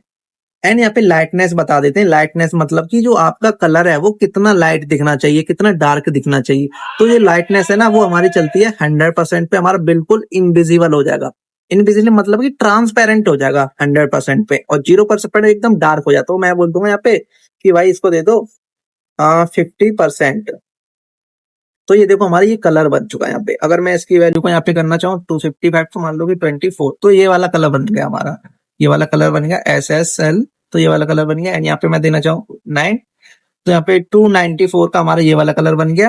एंड यहाँ पे मैं देना चाहूँ यहाँ पे 224 का ये कलर बनता है। एंड यहाँ पे 90 का, 90 के बाद तो हमारा वो ओवरराइट होता है। एंड यहाँ पे कितनी वैल्यू होती है मैं अभी इसका देखता हूँ, अभी बताता हूँ आपको। यहाँ पे तो ये वाला हमारा कलर बन चुका है यहाँ पे। और यहाँ पे हमारा कितना परसेंट होना चाहिए सैचुरेशन, मान लो कि 86, तो हमारा ये वाला कलर बन जाएगा। और यहाँ पे लाइटनेस कितनी रखनी है, मान लो कि अगर मेरे को इसकी ओपेसिटी इनविजिबल करना है तो यहाँ पे 100% दे दूंगा ना मैं, तो ये मेरे को कलर बिल्कुल नहीं दिखाई देगा। यहाँ पे देखो, तो इसका देखो बिल्कुल भी नहीं दिखाई दे रहा है। यहाँ पे 100% पे एकदम इनविजिबल हो जाता है, ट्रांसपेरेंट हो जाता है 100% पे। ये समझ रहे हो, ट्रांसपेरेंट हो जाता है। और बिल्कुल अगर मैं यहाँ पे 100% के 0% लिख दूं ना, तो मेरे को एकदम ब्लैक हो जाएगा। ब्लैक पे मेरे को कुछ भी नहीं दिखाई देगा। यहाँ पे दे दो ब्लैक हो गया, पूरा ब्लैक इसका कलर हो गया। तो इस तरह से हम इसमें दे सकते हैं कि इसमें 0% में हमको कुछ भी नहीं दिखाई दे रहा है, एकदम ब्लैक हो जाता है इसका कलर। इस तरह से हमने देख लिया। इसी तरह से हम बैकग्राउंड में कलर दे सकते हैं। एंड यहाँ पे तो हम फॉन्ट पे अप्लाई कर रहे हैं, तो यहाँ पे फॉन्ट पे, अगर मैं इसके बैकग्राउंड पे कलर देना चाहूँ ये इसी तरह से, यहाँ पे जो है कलर है ना, तो मैं कमांड मैं इसी कलर को ना बैकग्राउंड पे अप्लाई कराना चाहूँ, तो एकदम बैकग्राउंड क्या हो जाएगा, ब्लैक हो जाएगा। जैसे कि ये है ना, कमांड C कर लेता हूँ। एंड यहाँ पे हमने तो फॉन्ट पे कलर दिया था ना, यहाँ पे कर लेता हूँ बैकग्राउंड कलर। और यहाँ पे मैं दे दूं ये वाला पेस्ट कर, तो ये देखो बैकग्राउंड कलर इसका क्या हो, ब्लैक हो गया। इसमें हम क्या दे दिए, SSL कलर दे दिया हमने इसके बैकग्राउंड। तो 0% पे क्या होता है, ब्लैक हो जाता है। अगर मैं मान लू 10% कर दूं, तो यहाँ पे 10% पे इतना दिखाई देगा। एंड यहाँ पे 60% पे 60% में हमारा इस तरह से ये दिखाई देगा। इस तरह से समझ कर लिए, समझ में आ गया कि किस तरह से कलर हम किसी चीज पे अप्लाई करा सकते हैं। फॉन्ट पे अप्लाई करा सकते हैं, बैकग्राउंड पे अप्लाई करा सकते हैं, किसी पे भी अप्लाई करा सकते हैं। यहाँ पे इस तरह से हमको समझ में आना चाहिए कि SSL कलर जो होते हैं किस तरह से काम करते हैं। एंड SSL A, एंड इसमें भी SSL A होता है अल्फा, कि हमको उसकी ओपेसिटी कितनी रखी है। तो यहाँ पे SSL A भी आ जाता है, यहाँ पे इस तरह से लिखेंगे। एंड यहाँ पे भी इसकी वैल्यू आ जाती है, जैसे कि यहाँ पे आपको दिखाऊं, यहाँ पे क्या होता है SSL ये रहा ना, ये रहा 0.7। इसको भी ओपेसिटी को दिखाने के लिए 1 तक होती है इसकी ओपेसिटी, कि 1 में से आप कितना रखना चाहते हैं। तो हम यहाँ पे दे देंगे कि जो है ना, यहाँ पे 1%। एंड यहाँ पे कॉमा ओपेसिटी के लिए अब यहाँ पे यूज करते हैं 0. मान लो कि 0.6, तो इसकी ओपेसिटी इतनी हो जाएगी 0.6। और 0.2, तो इसकी ओपेसिटी इतनी कम होती जा रही है। देख रहे हो, टेक्स्ट की ओपेसिटी इतनी कम होती जा रही है। तो इस तरह से हम यहाँ पे ओपेसिटी SSL कलर हम यहाँ पे देख सकते हैं। इस तरह से हम लगा सकते हैं। एंड इसकी भी ओपेसिटी कर देते हैं, परसेंट में करनी होती है हमको ओपेसिटी, यहाँ पे परसेंट में, ठीक है, परसेंट का साइन लगा देना है। और यहाँ पे भी इसमें करना चाहे, बैकग्राउंड में करना चाहे तो यहाँ पे भी लगाता है 0.6। तो ये देखो इसकी ओपेसिटी है, हम लोग परसेंट भी लगा देते हैं, तो यहाँ पे ओपेसिटी इसकी हो गई इस तरह से 0 पॉइंट इतना इतना, और यहाँ पे 0 पॉइंट ये, मतलब 0 पॉइंट दे दिया तो उसका कुछ भी नहीं दिखाई दे रहा। मान लो कि 0.9 कर दूं तो हमारे यहाँ पे इस तरह से दिखाई दे रहा है। तो इस तरह से हमारा कुछ भी दिखाई नहीं दे रहा। कहीं मैं इसको हटाना चाहूंगा, 0.6 कर दिया मैंने बैकग्राउंड ओपेसिटी, तो हमारे इस तरह से कुछ भी नहीं दिखाई दे रहा है। इस तरह से बेकार कर दिया हमने, यहाँ पे बनी कर देते हैं ना, बनी कर देते हैं। चलो इसकी ओपेसिटी हम रहने देते हैं, अभी छोड़ देते हैं इसके बिना फालतू में। तो हमने देख लिया कि एसएसएल कलर क्या होते हैं, किस तरह से इनको यूज करते हैं। चलो हमको इतना भी समझ में आ गया। एक होता है हमारा क्या, हेक्साडेसिमल कलर। हेक्साडेसिमल कलर में ना एक कोई फिक्स नेम नहीं होता किसी भी कलर का। ऐसे ना कलर हमको दिखाता हूँ कि आपको ना इतने कलर मिल जाएंगे ना। हेक्साडेसिमल क्या मतलब भी होता है कि जैसे हेक्सा में वैल्यू होती है, जैसे कि हमारी वैल्यू कितनी आती है, आपको ना डेसिमल नंबर पड़े होंगे तो डेसिमल नंबर 0 से 9 तक होते हैं। हेक्साडेसिमल नंबर होते हैं हमारे 1 से लेकर के 16 तक। 16 तक नहीं होते, जैसे कि 9 तक जाएगा पहले तो 0 1 2 3 4 5 6 7 8 9 यहाँ तक हो जाते हैं हमारे डेसिमल नंबर। एंड इसके बाद कौन से आते हैं हमारे हेक्साडेसिमल नंबर, वो कौन से होते हैं। एंड 9 के बाद क्या स्टार्ट हो जाता है हमारा, A B C D E F G, G तक आ जाते हैं, एफ तक होता है, जी तक होता है, 0 1 2 3 4 5 जी तक होता है, एफ तक होता है। ऐसे ही बस थोड़ा कंफ्यूज हो रहा हूं मैं, जी तक ही होता होगा, एफ जी तक होता है, ठीक है।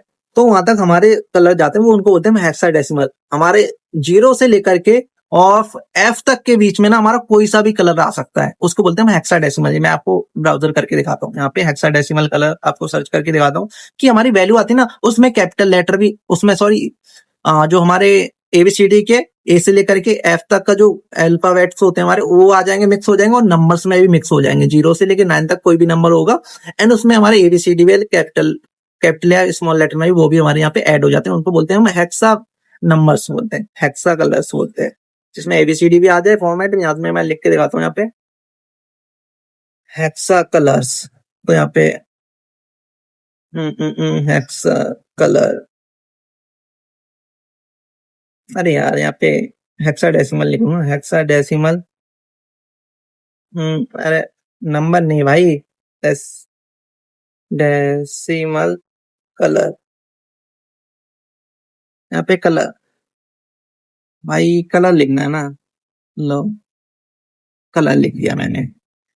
तो यहाँ पे मेरे को एक वेबसाइट आ जाएगी, एक W3SQL करके एक वेबसाइट आती है, वो हाँ ये रही ना, हेक्सा कलर्स, यहाँ पे इस तरह से। तो ये देखो हेक्सा, यहाँ पे हेक्सा कलर्स ये आ गए ना हमारे। तो ये देखो इसकी ना एक फिक्स वैल्यू होती है, जैसे कि अगर कोई कलर होगा ना, इसकी कोई नाम नहीं होता, लेकिन इसकी एक फिक्स वैल्यू होती है। तो इसकी ना वैल्यू इस तरह से होती है, जैसे कि अगर ये वाला कलर बनाना है ना हमको, ये वाला ब्लू, तो इसकी एक वैल्यू है, हेक्सा वैल्यू, जैसे कि 0 0 0 0 एफ एफ। तो इसकी क्या है कि ये वैल्यू है ब्लू कलर की। ये वाला कलर है ना, इसका फिक्स अगर कोई हमको कलर चाहिए ना, हमको उसका नाम नहीं पता, लेकिन उसकी जो वैल्यू हम बता दें तो हमारा एग्जैक्ट वो कलर आ जाएगा। इसकी अगर हम ये वैल्यू दे दें ना, ये वाली 0 0 0 एफ, तो ये इसका ये कलर बन जाएगा। जैसे कि अगर ये वाला कलर चाहिए मेरे को, ग्रीन जैसा, तो अगर ये वाला कलर मेरे को नाम नहीं पता है इसका कलर का, तो मैं इसका एक वैल्यू दे सकता हूँ, ये वाला इसका वैल्यू है हेक्सा।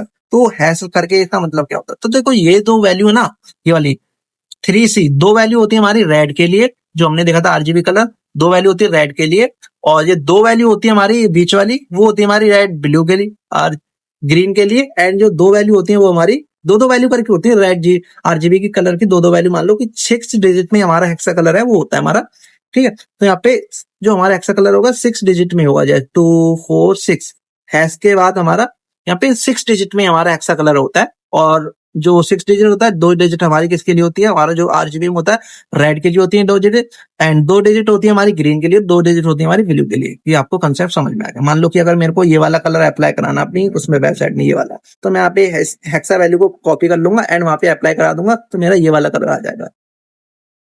जैसे कि मैंने ये वाला कलर यूज किया ना, इसकी हेक्सा वैल्यू ये है, तो मैं इस हेक्सा वैल्यू को यहाँ पे पेस्ट करना चाहूँ, यहाँ पे बैकग्राउंड कलर, यहाँ पे इस हेक्सा वैल्यू दे दूं मैं इसके बैकग्राउंड कलर में, ये तो ये देखो इसका हेक्सा कलर यहाँ पे ये कलर आ चुका है मेरा। इस तरह से हम हेक्सा वैल्यू दे सकते हैं। भाई समझ में आ गया, मजा आ गया। तो इस तरह से हम हेक्सा कलर दे सकते हैं। मान लो कोडिंग एक्सपर्ट को मैं ये कलर देना चाहता हूँ, हाँ कलर देना चाहता हूँ फॉन्ट को, ये वाला कलर जो हमने कॉपी कर लो भाई, तो हमने ये वाला कलर यहाँ पे हेक्सा वैल्यू में भी इसका कलर दे दिया। तो इस तरह से हमने हेक्सा डेसिमल कलर भी हमने सीख लिया। बहुत बढ़िया बात है भाई, कंसेप्ट एकदम क्लियर समझ में आ रहा है सारी चीज। हाँ भाई समझ में आ रहा है सारी चीज। तो हमने ये सारी चीज देख ली। एंड इसके बाद आते हैं हम सीएसएस फॉन्ट। सीएसएस फॉन्ट मतलब कि अगर हमको सीएसएस का फॉन्ट साइज, अगर हमको जैसे कि हमारी जो वेबसाइट थी ना, अभी हमने इसमें जो कलर्स बारे में देखा कि अगर हमको यहाँ पे किसी भी फॉन्ट का अगर हमको साइज डिक्रीज करना है, इंक्रीज करना है, साइज में कोई बड़ा करना है, तो उसको हम किस तरह से कर सकते हैं। चलो भाई ये भी सीखते हैं। हाँ भाई, तो इसको मैं कमेंट कर दूंगा अभी के लिए। और मैं अभी कोडिंग एक्सपर्ट को गलत देना रखा रहने दूंगा अभी भाई, वो रहने दूंगा। चलो मान लो कि अब ये है, हेलो वर्ल्ड कैसे हो। मान लो कि अगर मेरे को इसका फॉन्ट साइज थोड़ा बड़ा करना हो, फॉन्ट साइज मेरे को इसका बड़ा करना हो, हेलो वर्ल्ड कैसे हो, तो मैं इसका फॉन्ट साइज कैसे बड़ा करूंगा। हाँ भाई आपने देखा ना, वो बैक साइड में कोई फॉन्ट बड़ी होती है, कोई हेडिंग बड़ी होती है, उसका कोई फॉन्ट छोटा होता है, कोई और छोटा होता है, कोई इस तरह से। तो इसका मेरे को अगर फॉन्ट साइज बड़ा करना हो तो वो मैं कैसे कर सकता हूँ। तो उसके लिए हम यूज करते हैं यहाँ पे फॉन्ट साइज। तो सबसे पहले तो हम सिलेक्ट करेंगे अपने एलिमेंट को, किसको देना चाहते हैं। इसका एलिमेंट का नाम क्या था भाई, H3 होगा नाम शायद।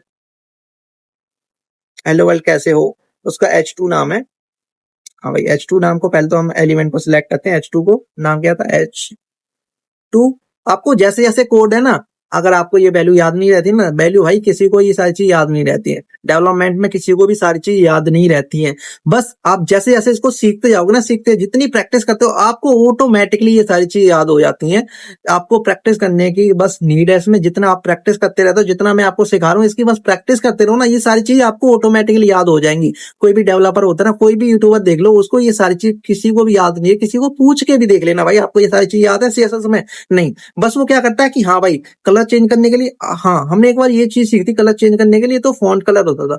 तो फॉन्ट कलर में आपको सजेस्ट करके दिखा देता है बहुत सारी, जैसे कि H2 है, H2 को सिलेक्ट करूं एंड यहाँ पे मेरे को इसका बैकग्राउंड कलर देना है, नहीं सॉरी फॉन्ट कलर देना। तो मैं यहाँ पे लिखूंगा फॉन्ट, तो मेरे को खुद ऑटोमेटिकली यहाँ पे सजेस्ट करके दिखा देगा। बस आपको थोड़ा आपने पढ़ लिया ना उसके बारे में, तो आपको पता चल जाएगा यार मेरे को फॉन्ट इसमें, फॉन्ट से रिलेटेड कोई चीज करनी है इसमें, तो मैं यहाँ पे फॉन्ट थोड़ा सा लिखूंगा, तो उसके बाद मेरे को ऑटोमेटिकली यहाँ पे सजेस्ट कर देगा। तो आपको वो सारी चीज ऑटोमेटिकली आ जाती है भाई, इस तरह से होती है। जैसे आप सीखते जाओगे ना, ऑटोमेटिकली आपको समझ में आता जाएगा, अच्छा ये सारी चीज हो रही है। याद नहीं होती है भाई ये सारी चीज, किसी को, मेरे को भी याद नहीं होती है भाई। मेरे को भी नहीं पता कि मैं इसमें कौन सा फॉन्ट कलर देना, कितना साइज देने वाला हूँ, मेरे को भी नहीं पता। बस यहाँ पे आती है ये सारी चीजें, मैं इसमें अप्लाई कर देता हूँ। इसी तरह सारे डेवलपर होते हैं, किसी को याद नहीं होती है भाई, प्रैक्टिकली अपने आप सारी चीजें सीख जाते हैं, वो सब ऐसे ही सीख जाते हैं।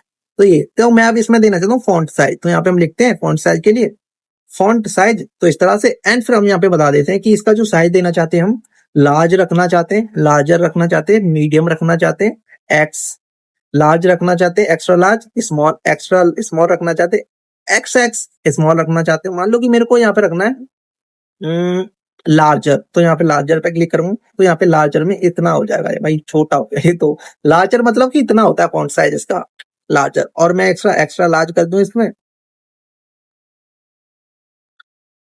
तो यहाँ पे एक्स्ट्रा लार्ज के लिए मैं क्या करूंगा, तो यहाँ पे मैं कर दूंगा एक्स एक्स लार्ज। तो ये देखो इतना बड़ा हो गया। तो इस तरह से हम फॉन्ट साइज के साथ खेल सकते हैं। एक तरह से और भी दे सकते हैं हम कलर पिक्सल्स में। अब ये पिक्सल्स क्या होता है, ये रहा ना यहाँ पे यूनिट है ना, सीएसएस फॉन्ट हमने इस तरह से फॉन्ट दे दिया। हमने उसमें तो दे दिया भाई कि फॉन्ट का इतना साइज कर दो आप, लार्ज बोल्ड इस तरह से तो कर सकते हैं। मान लो कि मेरे को यार लार्ज बोल्डर में इतना कोई साइज हमको समझ में ही नहीं आ रहा यहाँ पे कि भाई, जैसे कि मैं आपको यहाँ पे दिखाऊं, तो यहाँ पे लार्जर में मेरे को इनमें से कोई कलर ही समझ नहीं आ रहा भाई, एक जैसे ही तो दिख रहे हैं। मान लो कि मेरे को और बड़ा करना हो और बहुत छोटा करना हो, मेरे को एक फिक्स साइज का, तो मैं उसको पिक्सल्स में दे सकता हूँ। तो पिक्सल्स में ना मैं इसको दे सकता हूँ, मान लो कि मेरा का जो फॉन्ट साइज है ना, इसका कर दो भाई आप 40 पिक्सल। ये देखो 40 पिक्सल अगर मैंने इसको दे दिया ना फॉन्ट साइज, तो इतना 40 पिक्सल में हो जाएगा। लेकिन अब ये फॉन्ट क्या, पिक्सल्स क्या होते हैं, पिक्सल्स में आपको बताता हूँ। आपने बहुत बार सुना होगा कैमरा में भाई मेरा कैमरा इतने पिक्सल का है, 16 पिक्सल का, मेरा तो 200 पिक्सल का है भाई। एप्पल वाले तो भाई 40 40 12 पिक्सल का होता है। आईफोन का मेरा 12 पिक्सल का है। इसी से मैं रिकॉर्ड कर रहा हूँ ये वीडियो, अपनी आईफोन से रिकॉर्ड करता हूँ, मैक में एडिट करता हूँ, ये सारी चीजें।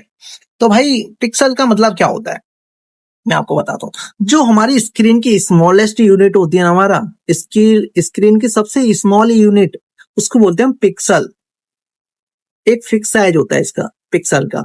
जैसे कि मैं आपको दिखाऊं, हाँ जैसे ये स्क्रीन है मेरी, ये वाली स्क्रीन, इसमें कितने पिक्सल्स होंगे वो डिपेंड करता है मेरी स्क्रीन पे। और इस स्क्रीन का ना, पूरी स्क्रीन में बहुत सारे पिक्सल होंगे, उसका जो सबसे स्मॉलेस्ट पार्ट होगा उसको बोलते हैं हम एक पिक्सल। जैसे कि मान लो कि मैं आपको दिखाता हूँ पिक्सल्स, आपको एक पिक्सल की इमेज दिखाता हूँ। जब जूम करते हो ना, आपको बॉक्स बॉक्स दिखाई देने जाते हैं, आपके फट जाता है, आप बोलते हो पिक्सल फट रहे हैं। उसमें पिक्सल क्यों फट रहे होते हैं? क्योंकि आपके कैमरे में कितना पिक्सल का कैमरा है आपका? 12 पिक्सल का कैमरा है। जब उसको जूम करोगे ज्यादा तो उसमें पिक्सल तो आपके 12 ही कैप्चर हुए ना, 12 कैप्चर कैप्चर कर रहा है ना आपका कैमरा।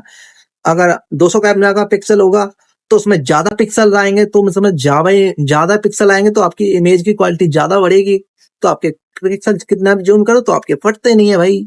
उसमें क्या होता है कि उसमें स्टोरेज ज्यादा लेता है, आपके पिक्सल जितने ज्यादा होंगे उतनी क्वालिटी ज्यादा आएगी, क्योंकि ज्यादा कैप्चर वो कब कैप्चर कर पाएगा, वो पिक्सल्स आपके ज्यादा पिक्सल होंगे उतना ही हमारे कलर कैप्चर कर पाएगा हमारा कैमरा। जितने कम पिक्सल्स होंगे उतना कम कलर कैप्चर कर पाएगा। और फिर उसको जूम करके देखोगे, जितने पिक्सल होंगे उतना जूम में आपको अच्छा दिखेगा, और जितना कम जूम होगा, कम पिक्सल होगा, उसको पिक्चर को जूम करोगे तो आपकी पिक्चर फटी हुई दिखेगी। इसलिए जैसे कि मैं दिखाता हूँ यहाँ पे पिक्सल इमेज सर्च करता हूँ, तो यहाँ पे एक इमेज देखता हूँ मैं, पिक्सल इमेज, पिक्सल इमेज, ये देख रहे हो ना, आपकी जब जूम करते हो तो इस तरह से आ जाते हैं। ये देखो, आपको प्रैक्टिकली दिखाता है। आपने जूम किया होगा तो इस तरह से 3 कलर से आपको दिखाई देता है, रेड ब्लू ग्रीन सा रेनबो कलर जैसा कलर दिखाई देता है इस तरह से। तो ये होते हैं हमारे पिक्सल्स। हमारी स्क्रीन में सबसे स्मॉलेस्ट यूनिट होती है हमारी, वो कहलाती है हमारी पिक्सल्स। जैसे कि आप जूम करते हो ना तो आपको इस तरह से दिखाई देने लग जाता होगा, आपको है दिखाई देता ना। तो इसमें ना ये जो है ना छोटा सा पार्ट, एक ये वाला छोटा सा पार्ट, ये हमारा जो छोटा सा पार्ट होता है ये कहलाता है हमारे एक पिक्सल। इस तरह से ये वाला ब्रून हो गया, ये कहलाएगा 2 पिक्सल हो गए, ये हो गया, इसको ऐड कर दिया, ये 3 पिक्सल। इस तरह से 1 2 3 4 इस तरह से बॉक्स जैसे बने होते हैं ना, इनको बोलते हैं हम पिक्सल्स। ये कहलाते हैं हमारे पिक्सल। तो इसमें कितने पिक्सल था? 1 2 3 4 5 6 7 8 9 10 11 12 13। तो 13 इसमें इस तरह से वर्टिकल में एक पिक्सल ऐड है, एंड इसमें इतने किस तरह से 1 2 3 4 मान लो कि 25 30 होंगे, 30 इस तरह से है, और इस तरह से इस तरह से इतने। तो इन सभी को क्या कर लो, आप मल्टीप्लाई करके देखो कितने हो जाएंगे। तो फिर उनको मल्टीप्लाई करोगे ना, वो कितने पिक्सल बन जाएंगे, आपको उतने पिक्सल्स में आपकी इमेज कंप्यूटर में स्टोर हो रही होती है। एक पिक्सल का साइज कुछ इस तरह से होता है, जैसे कि रेड ब्लू ग्रीन है ना 3, तो उसका 3 बाइट का साइज होगा। और वो 3 बाइट को आप कितने पिक्सल्स हैं इसमें टोटल, उन 3 बाइट से उसको मल्टीप्लाई कर दो, तो फिर ना बाइट का फिर आपकी एमबी में उसका साइज आ जाएगा। फिर आपकी फोटो पता चल जाएगी एक्चुअल कि बाइट को जब कैलकुलेट करोगे ना, मल्टीप्लाई करोगे, तो आपका एमबी में साइज आ जाएगा। तो उस एमबी में ना आपको पता चल जाएगी कि कितने पिक्सल का अब ये फोटो है। जैसे कि आप कैलकुलेट करते हो ना, 1 पिक्सल 3 बाइट्स का ले रहा है मान लो, ठीक है। तो इसी तरह से आपको मान लो 200 पिक्सल हो गए, 200 पिक्सल को आप मल्टीप्लाई कर दो कितने 3 बाइट से, तो उसकी फिर कन्वर्ट करो उसको एमबी में, तो फिर आपको पता चल जाएगी कि आपकी जो इमेज है वो कितने एमबी की बनती है। तो इस तरह से जो हमारी एमबी इमेज बनती है ना, इस तरह से बनती है। तो ये पिक्सल उन्होंने कैलकुलेट किए जाते हैं, एंड उस कैलकुलेट को बाइट्स में आते हैं, एंड उसको एमबी में कन्वर्ट किया जाता है। जितने आपका कैमरा ज्यादा पिक्सल का होगा तो उसमें ज्यादा पिक्सल आएंगे और उतना साइज लेगा आपका कैमरा बाइट्स में, और ज्यादा बाइट्स लेगा तो उसकी एमबी आपकी ज्यादा एमबी की आपकी फोटो बनेगी।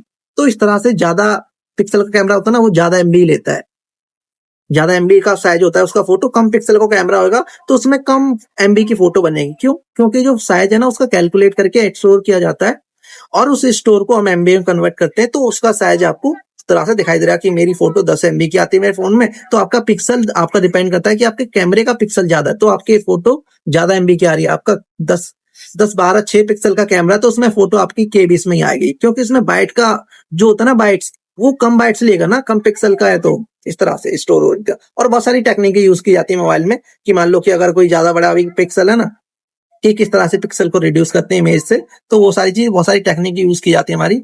कि अगर मान लो कि कोई बड़ा भी कैमरा है ना, मान लो 200 पिक्सल 250 पिक्सल का कैमरा, तो उसके पिक्सल ज्यादा बड़ी होगी तो उसके पिक्सल को ना तो डिकम्प्रेस कर दिया जाता है वो साइज वाइज को। तो वहाँ पे तो आपको समझ में आ गया कि किस तरह से हमारी मोबाइल की जो इमेज है वो किस तरह से स्टोर हो रही है, तो किस तरह से हमारी पिक्सल में वो सारी चीज हो रही होती है। कंसेप्ट समझ में आ गया? समझ में आ गया भाई।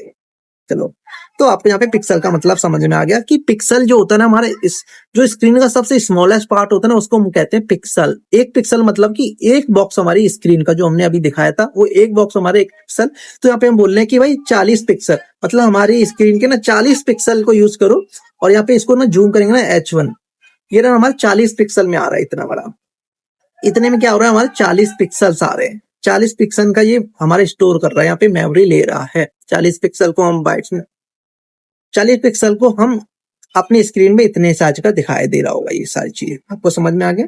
हाँ भाई समझ में आ गया, इतना समझ में आ गया हमारे को 40 पिक्सल में हमारा इतना साइज होगा। एंड यहाँ पे 40 पिक्सल का साइज मान लो कि मैं इसमें 4 पिक्सल कर दूं तो हमारी स्क्रीन का भी यहाँ पे 4 पिक्सल, ये देखो यहाँ पे कुछ दिखाई दे रहा है, यहाँ पे बच्चू सा दिखाई दे रहा है भाई। इतना 4 पिक्सल हमारे स्क्रीन का साइज ले रहा है, तो यहाँ पे इतना छोटा सा दिखाई दे रहा है 4 पिक्सल, कुछ भी नहीं दिखाई दे रहा 4 पिक्सल में तो। और यहाँ पे मैं कर दूं मान लो कि जो बाय डिफॉल्ट हमारे ब्राउजर का जो साइज होता है ना फॉन्ट साइज, वो लेता है हमारा 16 पिक्सल का साइज। जैसे कि अब जो पैराग्राफ टैग लिखा है ना, ये जो हमारा बाय डिफॉल्ट साइज ले रहा है ना वो 16 पिक्सल का साइज ले रहा है यहाँ पे।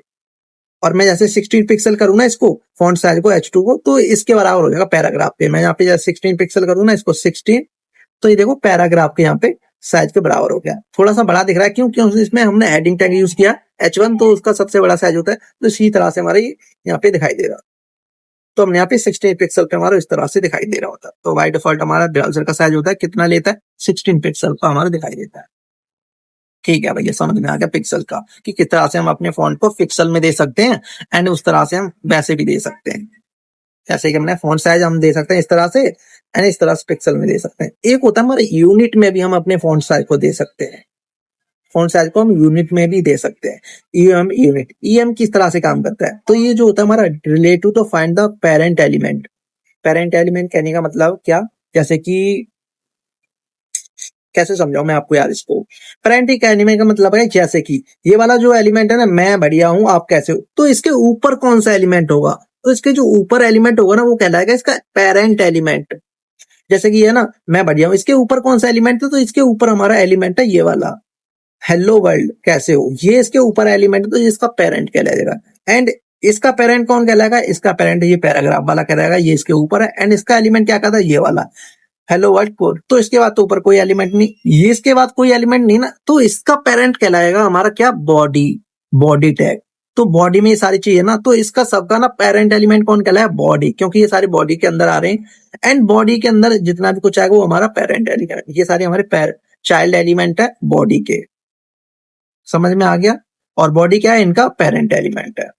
ये बॉडी के अंदर जो भी चीज लिखेंगे वो इसके चाइल्ड एलिमेंट है, एंड ये बॉडी का इसका पेरेंट एलिमेंट है। तो मान लो कि अगर मेरे को ईएम यूनिट में इसका साइज देना तो मैं किस तरह से दे सकता हूँ? मान लो कि ये बना हेलो वर्ल्ड कैसे हो, तो मैं इसका फॉन्ट साइज मान लो कि कर दूं 32 पिक्सल, 32 पिक्सल। चलो 32 पिक्सल हमने कर दिया हेलो वर्ल्ड। एंड नीचे में हमारा क्या है? एंड इसके मन H3 टैग को मैं लेता हूँ। अब मैं इस H3 में आपको करके दिखाता हूँ ये सारी चीज, आपको अब कंपेयर पता चलेगा।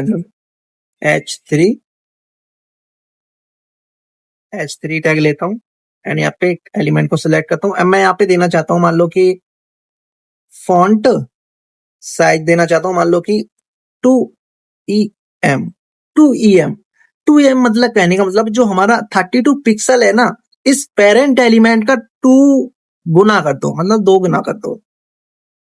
इस पहले एलिमेंट के बेसिस पे चल रहा है। जो 32 पिक्सल है ना, इसका 2 गुना हमारे यहाँ पे कितना होगा? ये हो जाएगा। तो इसके बराबर पे ये आ चुका है, इसके बराबर। जैसे कि मैं यहाँ पे कर दूं 16 पिक्सल, 16 पिक्सल। तो जो 16 पिक्सल है ना उसको 2em मतलब इस पेरेंट एलिमेंट के उसके 2 गुना कितना होगा? बाय डिफॉल्ट 16 होता है, 16 को 2em मतलब इस पेरेंट एलिमेंट के बेसिस पे लगेगा। ये यहाँ पे आपको दिखाई दे रहा होगा, ये ना यूनिट रिलेटिव द कहाँ गया? EM, ये ना relative the font size parent element. Parent element जितना होगा उतने से हमारे यहाँ पे चलेगा। मान लो कि 2m 2x मतलब हो जाएगा पेरेंट एलिमेंट्स के। तो यहाँ पे ये इस तरह से चल रहा होता है। मैं यहाँ पे 16 पिक्सल दूं एंड उसका 6 मैं यहाँ पे कर दूं 2em, यहाँ पे 3em कर दूं, तो 4em का मतलब कि जो पेरेंट एलिमेंट है ना 16 पिक्सल, उसका 4 गुना मेरा कितना हो जाएगा? इतना हो जाएगा, इसका 4 गुना। चार गुना इस तरह से 16 पिक्सल का यहाँ पे 4 कहने का मतलब कि इसका 4 गुना कितना होगा, तो इस तरह से हम इसमें दे रहे हैं। तो ये यूज क्यों किए जाते हैं हमारे ये पिक्सल्स ईएम ये वाले जो है ना, जैसे कि ईएम हो गया, रैम हो गया, VW हो गया, VH, ये क्यों ये हमारे यूज किए जाते हैं हमारी वेबसाइट को रिस्पॉन्सिव बनाने के लिए, कि जो हमारी वेबसाइट है ना, अगर मोबाइल पे खुल रही है तो मोबाइल के हिसाब से कितनी दिखाई देनी चाहिए, अगर हमारे लैपटॉप में खुल रही है तो उसके हिसाब से कैसी दिखाई देना चाहिए हमारा फॉन्ट साइज। ये नहीं कि मोबाइल में खुल रही है तो उसके 2M मतलब कि बहुत सारा छोटा हो जाएगा, बड़ी स्क्रीन पे खुल रही है तो 2M के हिसाब से, उस बड़ी स्क्रीन के हिसाब से आपका फॉन्ट है उसके हिसाब से दिखना चाहिए। मतलब कि जैसे पिक्सल है वो तो एक फिक्स साइज का होगा, टू फिक्स, जैसे कि हमने 16 पिक्सल दे दिया, तो बड़ी स्क्रीन पर भी खोलेंगे ना अपनी वेबसाइट को तो वो फॉन्ट साइज है ना एक सिर्फ 16 पिक्सल का ही दिखाएगा। मतलब बड़ी स्क्रीन पे खोलें तो इतना बड़ा फॉन्ट साइज हमारी, मतलब कि हमारी मोबाइल की स्क्रीन पे, तो बड़ी स्क्रीन पे खोलें तो इतना बड़ा ही उसका साइज रहेगा, चाहे कितनी बड़ी स्क्रीन पे खोल लो। लेकिन ईएम में क्या होगा, तो जैसे कि हमने 16 पिक्सल दिया ना, तो अगर उसमें हमने बड़ा कर दिया मतलब 2EM, तो उसका 2 गुना हमको दिखाई देगा इस तरह से। तो अभी आपको यहाँ पे कंफ्यूजन सा लग रहा होगा ये ईएम वाला, तो इसको ना हम आते आते ना बहुत बार यूज करने वाले, तो आपको बहुत अच्छे से इसका कंसेप्ट समझ में आ जाएगा। अब देखते हैं हम आरईएम मतलब रैम यूनिट। रैम यूनिट क्या होती है, relative the root element parent HTML के। तो इस तरह से कैसे होते हैं, तो जैसे कि अगर मैं यहाँ पे करना चाहूँ 4REM, मतलब कि यहाँ पे करना हो आरईएम 4REM, तो मैंने इसका 4REM दे दिया, इसको मैं कमेंट कर दूंगा इसके लिए अभी। तो ये देखो इसका मेरा 4REM कहने का मतलब क्या है, कि जो हमारा पेरेंट एलिमेंट है ना, पेरेंट एलिमेंट क्या है हमारा HTML। HTML हमारा, जैसे कि ये पेरेंट किसी को नहीं देखता, ये भाई सिर्फ HTML को देखता है। जैसे कि हमारा ये कहाँ बॉडी के अंदर, बॉडी कहाँ है हमारी HTML में, HTML के बाद तो कोई है ही नहीं है भाई, ये HTML है ना, इसके बाहर कोई है नहीं है। तो ये देखता है कि भाई HTML का जो फॉन्ट साइज ना बाय डिफॉल्ट कितना होता है, 16 पिक्सल होता है हमारा HTML का साइज, ठीक है, बॉडी का। तो उसको देखेगा, उसका यहाँ पे 4 गुना कर देगा 4REM HTML, जो हमारे 16 पिक्सल होता है ना, 16 पिक्सल का यहाँ पे कर दिया इसने क्या, कि 4 गुना। जैसे कि मैं यहाँ पे कर दूं 1, तो यहाँ पे देखो 1REM मतलब कि जो हमारा बाय डिफॉल्ट कितना होता है 1 पिक्सल, सॉरी 16 पिक्सल होता है हमारा font size by default browser का HTML का। तो देखो 1REM कर देगा मतलब कि 16 पिक्सल के बराबर हो जाएगा। अब ये 1REM पे, ये देखो 16 पिक्सल के यहाँ पे बराबर हो गया 1REM। अगर मैं यहाँ पे 2 कर दूं, तो यहाँ पे 2 कर दूं तो बाय डिफॉल्ट कितना होता है 16, तो 16 का 2 गुना कितना होता है हमारा 32 पिक्सल। तो टू टू रैम का मतलब होता है यहाँ पे 32 पिक्सल का इसका साइज दे दो। जैसे कि मैं इसका ना H2 वाले का यहाँ पे मैं साइज देना चाहूँ, सॉरी कमेंट कर से हटा, तो मैं यहाँ पे जैसे कि अरे मैं क्या करती है ये, तो मैं इसको ना कमांड फॉरवर्ड स्लैश, यार ये मैं क्या कर रहा हूँ यार, इसको मैं हटा देता हूँ, मैं लो इसको अनकमेंट करता हूँ, मैं अनकमेंट कर रहा हूँ H2 को, मैं आपको कंपेयर करके दिखाता हूँ अच्छे से। भाई अनकमेंट कमेंट क्यों कर दिया भाई तुमने यार, अरे यार ले, तू कमेंट ही रह, तू कमेंट ही रह, तू सिर्फ कमेंट ही रह। H2 को मैं फिर से सिलेक्ट कर लूंगा भाई, मेरा कुछ नहीं आ रहा है यहाँ पे। अरे यहाँ पे मैं कर दूंगा फॉन्ट साइज 32 पिक्सल देना चाहता हूँ मैं इसको, मतलब इसको हेलो वर्ल्ड का 20 पिक्सल 32 पिक्सल इतना होता है। एंड यहाँ पे मैं H3 है ना, अरे भाई क्यों है भाई, क्यों तड़पा रहा है तू।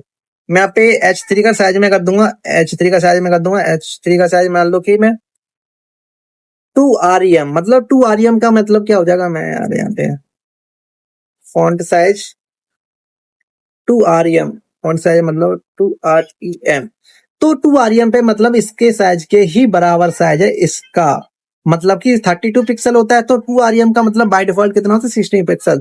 तो हमने यहाँ पे 32 पिक्सल देते हैं, मतलब कि 2REM के बराबर हमने इसमें साइज दे रहे हैं। एंड यहाँ पे 2REM का मतलब कितना 32 पिक्सल, तो यहाँ पे 32 पिक्सल ये है ना पहले, तो इसके बराबर 2REM दिया, तो इसके बराबर हमको यहाँ पे फॉन्ट साइज ये दिखाई दे रहा होगा। तो इस तरह से हमारा जो 1REM होता है 60 पिक्सल, 2REM मतलब 32 पिक्सल, एंड इस तरह से चल रहा होता है। ये समझ में आ गया, चलो समझ में आ गया REM का। VW का मतलब क्या होता है इसमें, VW का क्या मतलब होता है, तो VW का मतलब होता है व्यू पोर्ट विड्थ। जैसे कि मैं आपको दिखाता हूँ, इसको भी कमेंट कर देता हूँ, इसको भी चलो यहीं पे रहने देता हूँ ना। फॉन्ट साइज मैं यहाँ पे कर देता हूँ 2VW, 2VW मतलब की जो विड्थ है ना इस पेज की, मतलब कि इसकी जो विड्थ है ना कितनी है, यहां से लेकर के यहां तक इस पेज की विड्थ कितनी है, व्यू पोर्ट विड्थ, ठीक है। VW का मतलब होता है व्यू पोर्ट विड्थ। तो इसकी अभी विड्थ कितनी है इस पेज की, तो इस पेज की इतनी विड्थ है, ये देखो इतना। अब इसकी पेज की इतनी विड्थ होगी, इतनी।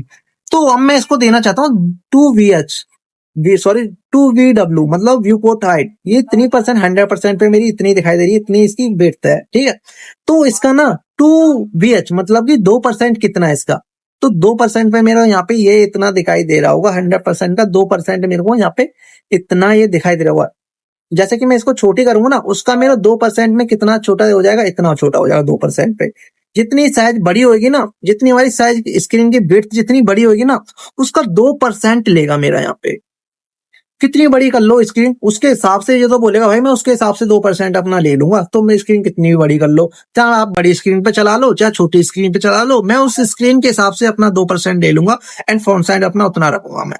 जो पिक्सल होता था वो तो सिर्फ फिक्स होता था, भाई तुम बड़ी पे चला लो या फिर छोटी पे चला लो, मैं तो अपना इतना फिक्स साइज लूंगा। लेकिन VW में क्या, तो जितनी विड्थ होगी स्क्रीन की उसके हिसाब से वो अपने आप को बड़ा करता जाएगा, जितनी छोटी होगी उतना छोटा कर लेगा, एडजस्ट कर लेता है। ये होता है हमारा रिस्पॉन्सिव डिजाइन बनाने के लिए अपने फॉन्ट को, कि मोबाइल पे है तो उसका फॉन्ट छोटी स्क्रीन होती है तो उसके छोटे स्क्रीन के हिसाब से हमारा उतना बड़ा टेक्स्ट दिखे, अगर बड़ी स्क्रीन पे चला रहे हैं लैपटॉप में तो उसके बड़े हिसाब से बड़ा हमारा फॉन्ट दिखाई दे। तो इसके लिए हमारे यहाँ पे हमारा VW यूज होता है, ठीक है। तो यहाँ पे मतलब कि 10% इस तरह से VW का मतलब 10% हो जाएगा, और 1VH का मतलब 1%, VW का मतलब 1%, इस तरह से हमारा चल रहा होता है विड्थ के हिसाब से। इसी तरह से VH का मतलब होता है वी पोर्ट हाइट, हमने ये विड्थ वाला देख लिया। इसी तरह से हम इसमें VH दे सकते हैं, VH मतलब इसमें हाइट हो जाएगा, मतलब जितनी हाइट होगी उसका 2% कर लो इसका। इसी तरह से सेम है, मान लो कि इसमें दे दे दो 10, तो मतलब 10% हो गया। ये विड्थ है ना, इसका यहाँ पे 10% हमारा इतना बड़ा दिखाई देगा, इस विड्थ का, इसका विड्थ का इतना 10% है, इतना बड़ा दिखाई देगा ये हमारा। समझ में आ गया। एंड यहाँ पे 1% है, इतना दिखाई देगा, ये सारी चीजें। तो यही सेम है हमारा, ये विड्थ में होता है, ये हाइट में होता है। समझ में आ गया कंसेप्ट, हाँ समझ में आ गया। हमने देख लिया कि ये सारी चीज रैम EM VH VW इनको देख लिया किस तरह से हम यूज करते हैं। ये हमारी रैम VH, हमको इसको बहुत ज्यादा यूज करने वाले हैं वेबसाइट में। ये सारी यूनिट है हम बहुत ज्यादा अपनी वेबसाइट को डिजाइन करने के लिए हम बहुत सारी यूज करेंगे, तो आपको बहुत ऑटोमेटिकली सारी चीजें याद हो जाएंगी, अपने आप ही आप यूज करोगे इनको, ठीक है।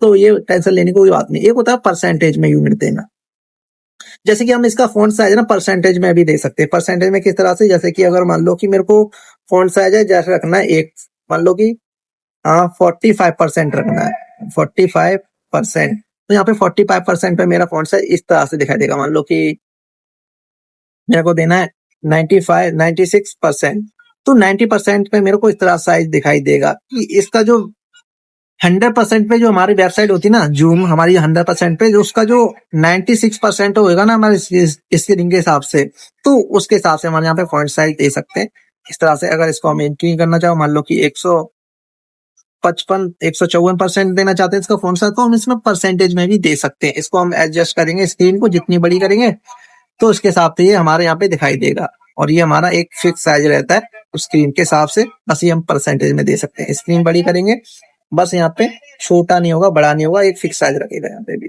ये सारी चीजें इस तरह से भी दे सकते हैं। और इसके बाद हमने देख लिया, अब सीखते हैं कि हम फॉन्ट फैमिली, मतलब कि हमको अपनी वेबसाइट में कोई फॉन्ट है वो चेंज करनी है, मतलब कि ये वाली फॉन्ट मेरे को समझ नहीं आ रही, मेरे को दूसरी फॉन्ट लगानी है अपनी वेबसाइट में, मस्त सी फॉन्ट एकदम। तो वो कैसे ऐड कर सकते हैं, तो उसके लिए हम यूज करते हैं यहाँ पे फॉन्ट फैमिली को। तो यहाँ पे मैं इसी में इसको रख लेता हूँ, एंड यहाँ पे मैं देखूंगा सबसे पहले तो फॉन्ट, अरे यार यहाँ पे आया, एंड यहाँ पे लिखते हैं हम फॉन्ट फैमिली, यहाँ पे लिखेंगे हम फॉन्ट फैमिली। एंड यहाँ पे हम बहुत सारी फॉन्ट हमारे पास आ जाती है, अवेलेबल होती है हमारे यहाँ पे VS कोड में, जैसे कॉरियर हो गया, न्यू हो गया कॉरियर, यहाँ पे एक मोनो स्पेस हो गया, गिल सेंस हो गया, लूसीदा हो गया, सेंस हो गया, टाइम्स न्यू रोमन हो गया, बहुत सारी फॉन्ट। जैसे कि अगर मैं टाइम्स न्यू रोमन फॉन्ट को लेना चाहूँ, इस पे क्लिक करूँ, यहाँ पे आप इसमें से किसी पे क्लिक करो तो आपको सामने यहाँ पे ये वाली फॉन्ट आ जाएगी। ये हमारी अप्लाई नहीं हो रही क्या, सेम जैसी फॉन्ट है, इसमें दूसरी फॉन्ट यूज करते हैं हम यहाँ पे। मान लो कि मैं देना चाहता हूँ कैम्ब्रिया, तो यहाँ पे देखो इसकी फॉन्ट चेंज हुई, यहाँ पे हेलो वर्ल्ड कैसे हो, इसकी फॉन्ट चेंज हुई, आपने देखा ना कैम्ब्रिया। तो यहाँ पे ये फॉन्ट आ गई है, इसको मैं थोड़ा इधर करना चाहूँ, हाँ भाई इधर, ठीक है। तो हमारी ये फॉन्ट यहाँ पे ये वाली आ चुकी है। तो यहाँ पे ये इतनी फॉन्ट आई है, इनका क्या मतलब है, इनका मतलब ये है कि इनका मतलब ये होता है कि जो यार यहाँ पे ना मच्छर काट रहे हैं बहुत।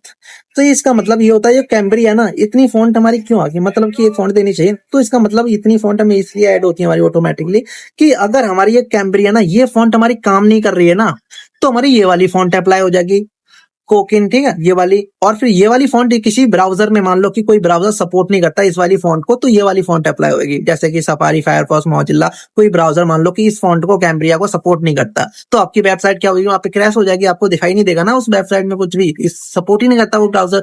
तो इसलिए हमारी मल्टीपल यहाँ पे फॉन्ट फैमिली यूज की जाती है, कि ये वाली फॉन्ट ना काम जाए उस ब्राउजर में, तो भाई ये वाली फॉन्ट अप्लाई हो जाएगी, ठीक है। अगर ये वाली फॉन्ट भी नहीं है, काम कर रही है उस वेबसाइट में, तो ये वाली अप्लाई होगी, ये वाली काम नहीं कर रही तो ये वाली हो जाएगी। लेकिन सेरिफ है वो तो फिर लास्ट वाली तो हमारी सारी ब्राउजर में काम करी जाती है, ऐसी होती है ये वाली बहुत सारी। तो उस ब्राउजर में कोई ना कोई फॉन्ट है तो हमारी एडजस्ट हो जाएगी, हमारी वेबसाइट काम करेगी बिना किसी को रोके हुए। तो ये इस तरह से हमारी, जैसे कि अगर मान लो कि ये कैम्ब्रिया है, ये वाली फॉन्ट काम नहीं कर रही है मेरे में, तो ये वाली फॉन्ट काम नहीं कर रही, तो यहाँ पे व्हाइट व्हाइट कलर दिखा रहा है, तो ये वाली फॉन्ट अप्लाई नहीं हुई। और ये कॉकिन है, ये भी काम नहीं कर रही मेरे मैक में, तो इसको भी मैं व्हाइट व्हाइट दिखा रही, तो मतलब ये काम नहीं कर रही है मेरे सिस्टम में, तो इसको मैं हटा देता हूँ। तो हमारी काम कौन सी कर रही है यहाँ पे, तो हमारी कोकिन है वही काम कर रही थी हमारी यहाँ पे। तो ये वाली ना कोकिन वाली, ये वाली हमारी काम कर रही थी इस ब्राउजर में। और ये भी अगर काम नहीं करती ना, तो हमारी ये वाली फॉन्ट अप्लाई होती है। जैसे कि अगर ये काम नहीं कर रही तो मैं इसको डिलीट कर देता हूँ, मान लो कि ये काम नहीं कर रही तो ये वाली फॉन्ट अप्लाई होगी। अगर ये वाली गोर्जिया ये वाली काम नहीं कर रही तो मेरी फॉन्ट कौन सी अप्लाई होगी, फिर ये वाली टैम्स वाली। तो ये देखो टैम्स वाली फॉन्ट अप्लाई होगी। तो इस तरह से हमारी मल्टीपल फॉन्ट, इस तरह से अपनी वेबसाइट में हम दे सकते हैं फॉन्ट को। समझ में आ गया कंसेप्ट फॉन्ट फैमिली का? हाँ भाई समझ में आ गया। फॉन्ट फैमिली हमने देख ली। एंड होता है एक फॉन्ट वेट, कि अगर हमको फॉन्ट वेट, अगर हमको कोई फॉन्ट है इसका थोड़ा सा बोल्ड में करना है, हमको थोड़ा सा थोड़ा सा पतला सा अगर इसका फॉन्ट रखना है, तो उसका हम फॉन्ट वेट दे सकते हैं। तो फॉन्ट वेट देने के लिए कैसे यूज करते हैं, तो यहाँ पे लिखेंगे हम फॉन्ट, एंड यहाँ पे कर देते हैं फॉन्ट वेट। तो फॉन्ट वेट हमको कितना रखना है, जैसे कि 100 पे रखना है, 200 पे रखना है, 300 पे, ये बताता है कि हमको फॉन्ट कितना मोटा दिखाना है। मान लो कि 600, इस तरह से होते हैं यहाँ से, बोल्ड, बोल्डर, लाइटर, नॉर्मल, इस तरह से। जैसे कि मैक्सिमम होता है हमारा 900 तक। तो अगर मैं इसको जैसे कर दूं मैं 800 पे हमारा जो फॉन्ट है इस तरह से दिखाई दे रहा है।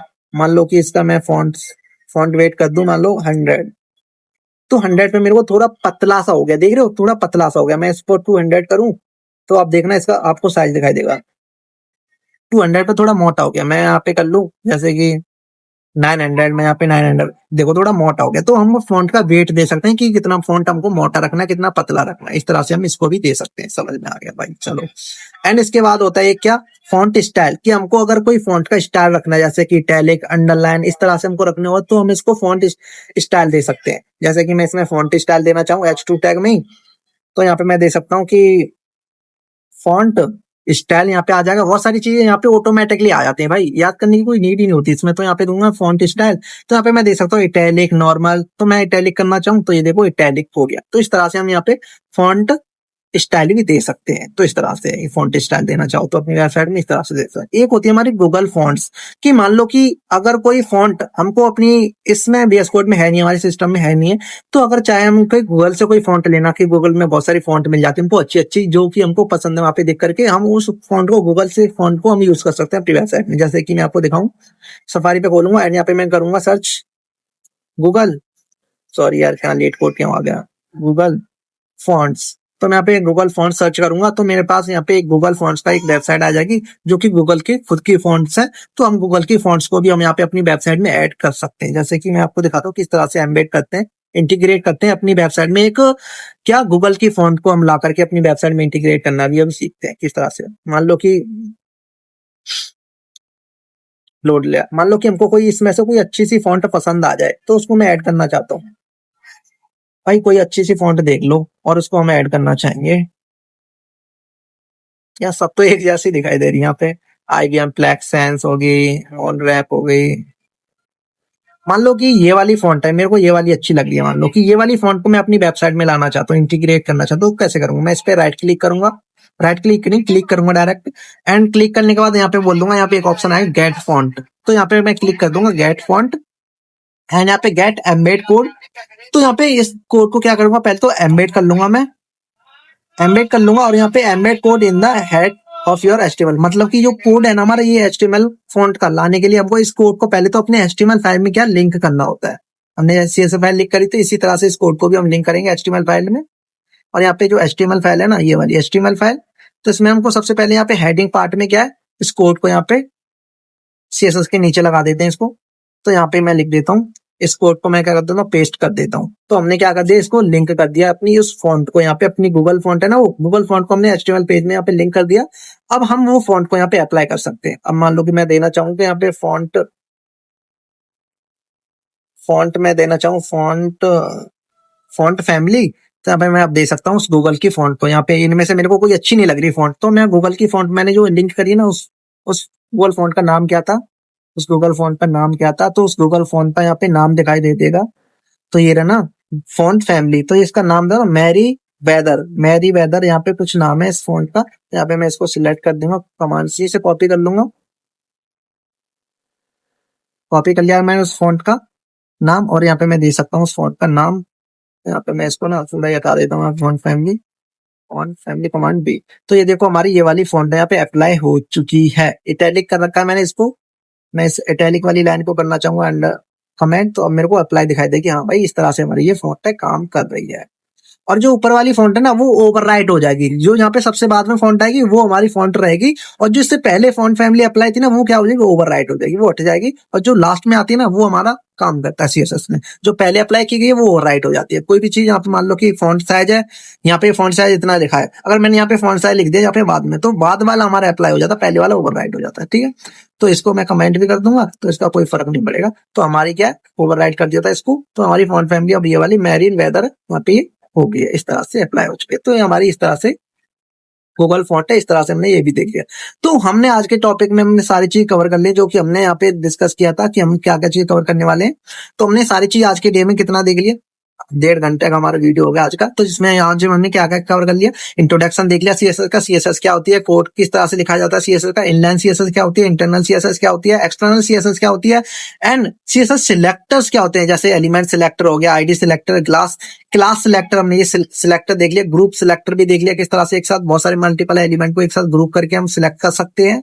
CSS कलर्स को देख लिया हमने, CSS कलर देख लिया हमने, RGB कलर देख लिए, RGB ए कलर देख लिया, HSL कलर देख लिया, HSL ए कलर देख लिया, हेक्साडेसिमल कलर देख लिया, CSS फॉन्ट देख लिया, CSS फॉन्ट साइज देख लिया, पिक्सल्स के बारे में पढ़ लिया, EM यूनिट पढ़ लिया, रैम यूनिट पढ़ लिया, VW यूनिट पढ़ लिया, VH यूनिट पढ़ लिया, परसेंटेज यूनिट पढ़ लिया, फॉन्ट फैमिली के बारे में पढ़ लिया, फॉन्ट वेट के बारे में पढ़ लिया, font style, font Google font भी हमने इंटीग्रेट करा लिया अपनी वेबसाइट में। तो आज के दिन में हमने क्या कितने टॉपिक को कवर किया इस 1.5 घंटे में, ये सारी चीजें।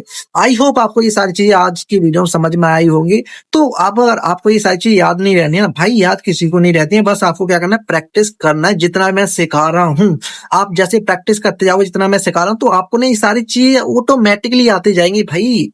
बस आपको याद रखने की कोई जरूरत नहीं है, रटा किसी से नहीं जाता, इतनी सारी चीजें कोई नहीं याद कर रख सकता भाई डेवलपमेंट में। बस गूगल कर रहे होते हैं, उससे रिलेटेड चीजें नहीं आ रही तो उससे VS कोड खुद सजेस्ट कर देता है। डेवलपमेंट में होता है भाई यही कि अगर कोई चीज नहीं आ रही ना, लेकिन हमने उसको पढ़ा है, तो हमको पता चल जाएगा अच्छा इसके लिए वो चीज यूज होती है, उसका कुछ फिक्स हमको पता नहीं, तो हम उसको गूगल कर लेते हैं, तो उसमें ये सारी चीज यूज हो रही है। तो इस तरह से तो आई होप आपकी आज की वीडियो हमने बहुत सारी चीज सीखी HTML के बारे में, HTML CSS के बारे में, CSS के बारे में। तो इसी तरह से हम कंप्लीट एडवांस लेवल तक अपनी CSS को कंप्लीट करने वाले, हर एक इसी कंसेप्ट के साथ CSS में। तो आज की वीडियो में इतना ही रहेगा हमारी। तो अभी तक लाइक नहीं किया, चैनल को सब्सक्राइब नहीं है तो कर लेना, आपको इसी तरह से कंटेंट मिलने वाला है। आपको पता चलेगा होगा आज के दिन कि किस तरह से हमारा कंटेंट का लेवल रहने वाला है पढ़ने का। तो इसी तरह से आपको डे लास्ट तक आपको complete full stack web development course में आपको इसी तरह से आपको सिखाया जाएगा सारी चीजें। तो बहुत लोग बोलते हैं यार इसको सीरीज को कंटिन्यू करोगे या नहीं, यार ये कंटिन्यू करूंगा मैं, कंप्लीट आपको फुल स्टैक सिखाऊंगा यहाँ पे। अगर कोई भी डे लेट हो जाता ना तो उसमें देख लेना यार, थोड़ा एडजस्ट कर लेना, क्योंकि यार मैं कॉलेज स्टूडेंट हूँ, तो मेरे को ये सारी चीज कॉलेज की पढ़ाई मैंने करनी होती है, और फिर उसमें वीडियो क्रिएट करना, एक 1.5 घंटे का भाई यहाँ पे रिकॉर्ड कर रहा हूँ मैं लेक्चर्स, एंड फिर उसको रिकॉर्ड करके उसमें वॉइस को इनहेंस करना, रिड्यूस करना वॉइस बैकग्राउंड को, और उसमें फिर एडिट करना, एक्सपोर्ट करने में पता है 1.5 घंटे की वीडियो कितना टाइम लगेगा, कम से कम 1 घंटा एक्सपोर्ट करने में इसका टाइम लग जाएगा, और इसमें एडिट करने में 1-2 घंटे, तो भाई 3-4 घंटे, मतलब 3 घंटे तो मेरा लग ही जाता है मिनिमम एक वीडियो को बनाने में, ये सारी चीज। और उसके बाद कॉलेज की स्टडी मैनेज करनी पड़ती है, ये सारी चीजें करने में भाई सोच सकते हो यार कितना टाइम लगता है। तो किसी दिन लेट भी वीडियो हो जाए तो आप देख लेना, मैं उसको रात में पोस्ट कर दूंगा, या फिर उसके नेक्स्ट डे में एक दिन में 2 वीडियो पोस्ट कर दूंगा, इस तरह से मैं पोस्ट करता रहूँ। लेकिन जो हमारे मैक्सिमम टाइम है उसको आपको 6 बजे 8 बजे रखेंगे उसको, ठीक है। तो 8 बजे आपको डेली इस चैनल पे ये वीडियो मिलती रहेंगे complete full stack web development course की। तो आज की वीडियो में इतना ही। तो कितना मिनट हो गया, 1 मिनट 35 या फिर 48 कुछ सेकंड हो गया, 48 मिनट हो गया आज की वीडियो में लेक्चर में। तो मिलते हैं। अगर कोई लेक्चर बड़ा भी हो रहा है तो भाई समझो उसमें डेप्थ में सारी चीज सिखाई जा रही है, इसलिए बड़ा हो रहा है। नहीं तो मैं कवर कर दूंगा भाई, इसको आधे घंटे में सिखा सकता हूँ सारी चीजों को। तो उसमें फिर आपको समझ में नहीं आएगी ना, क्या फायदा फिर उस चीज का। इंटरव्यू में जाओगे, कोई क्वेश्चन पूछ लिया, आपको समझ नहीं आएगा, क्या बात है फिर उसकी। तो डेप्थ में चीजें समझो एकदम अच्छे से, ताकि कोई भी किसी तरह का क्वेश्चन कोई भी पूछ लेना, आप उसको जवाब दे पाओ कि हाँ ये चीज ऐसे हो रही होती है। इसलिए हमारे लेक्चर जो है बड़े हो रहे हैं।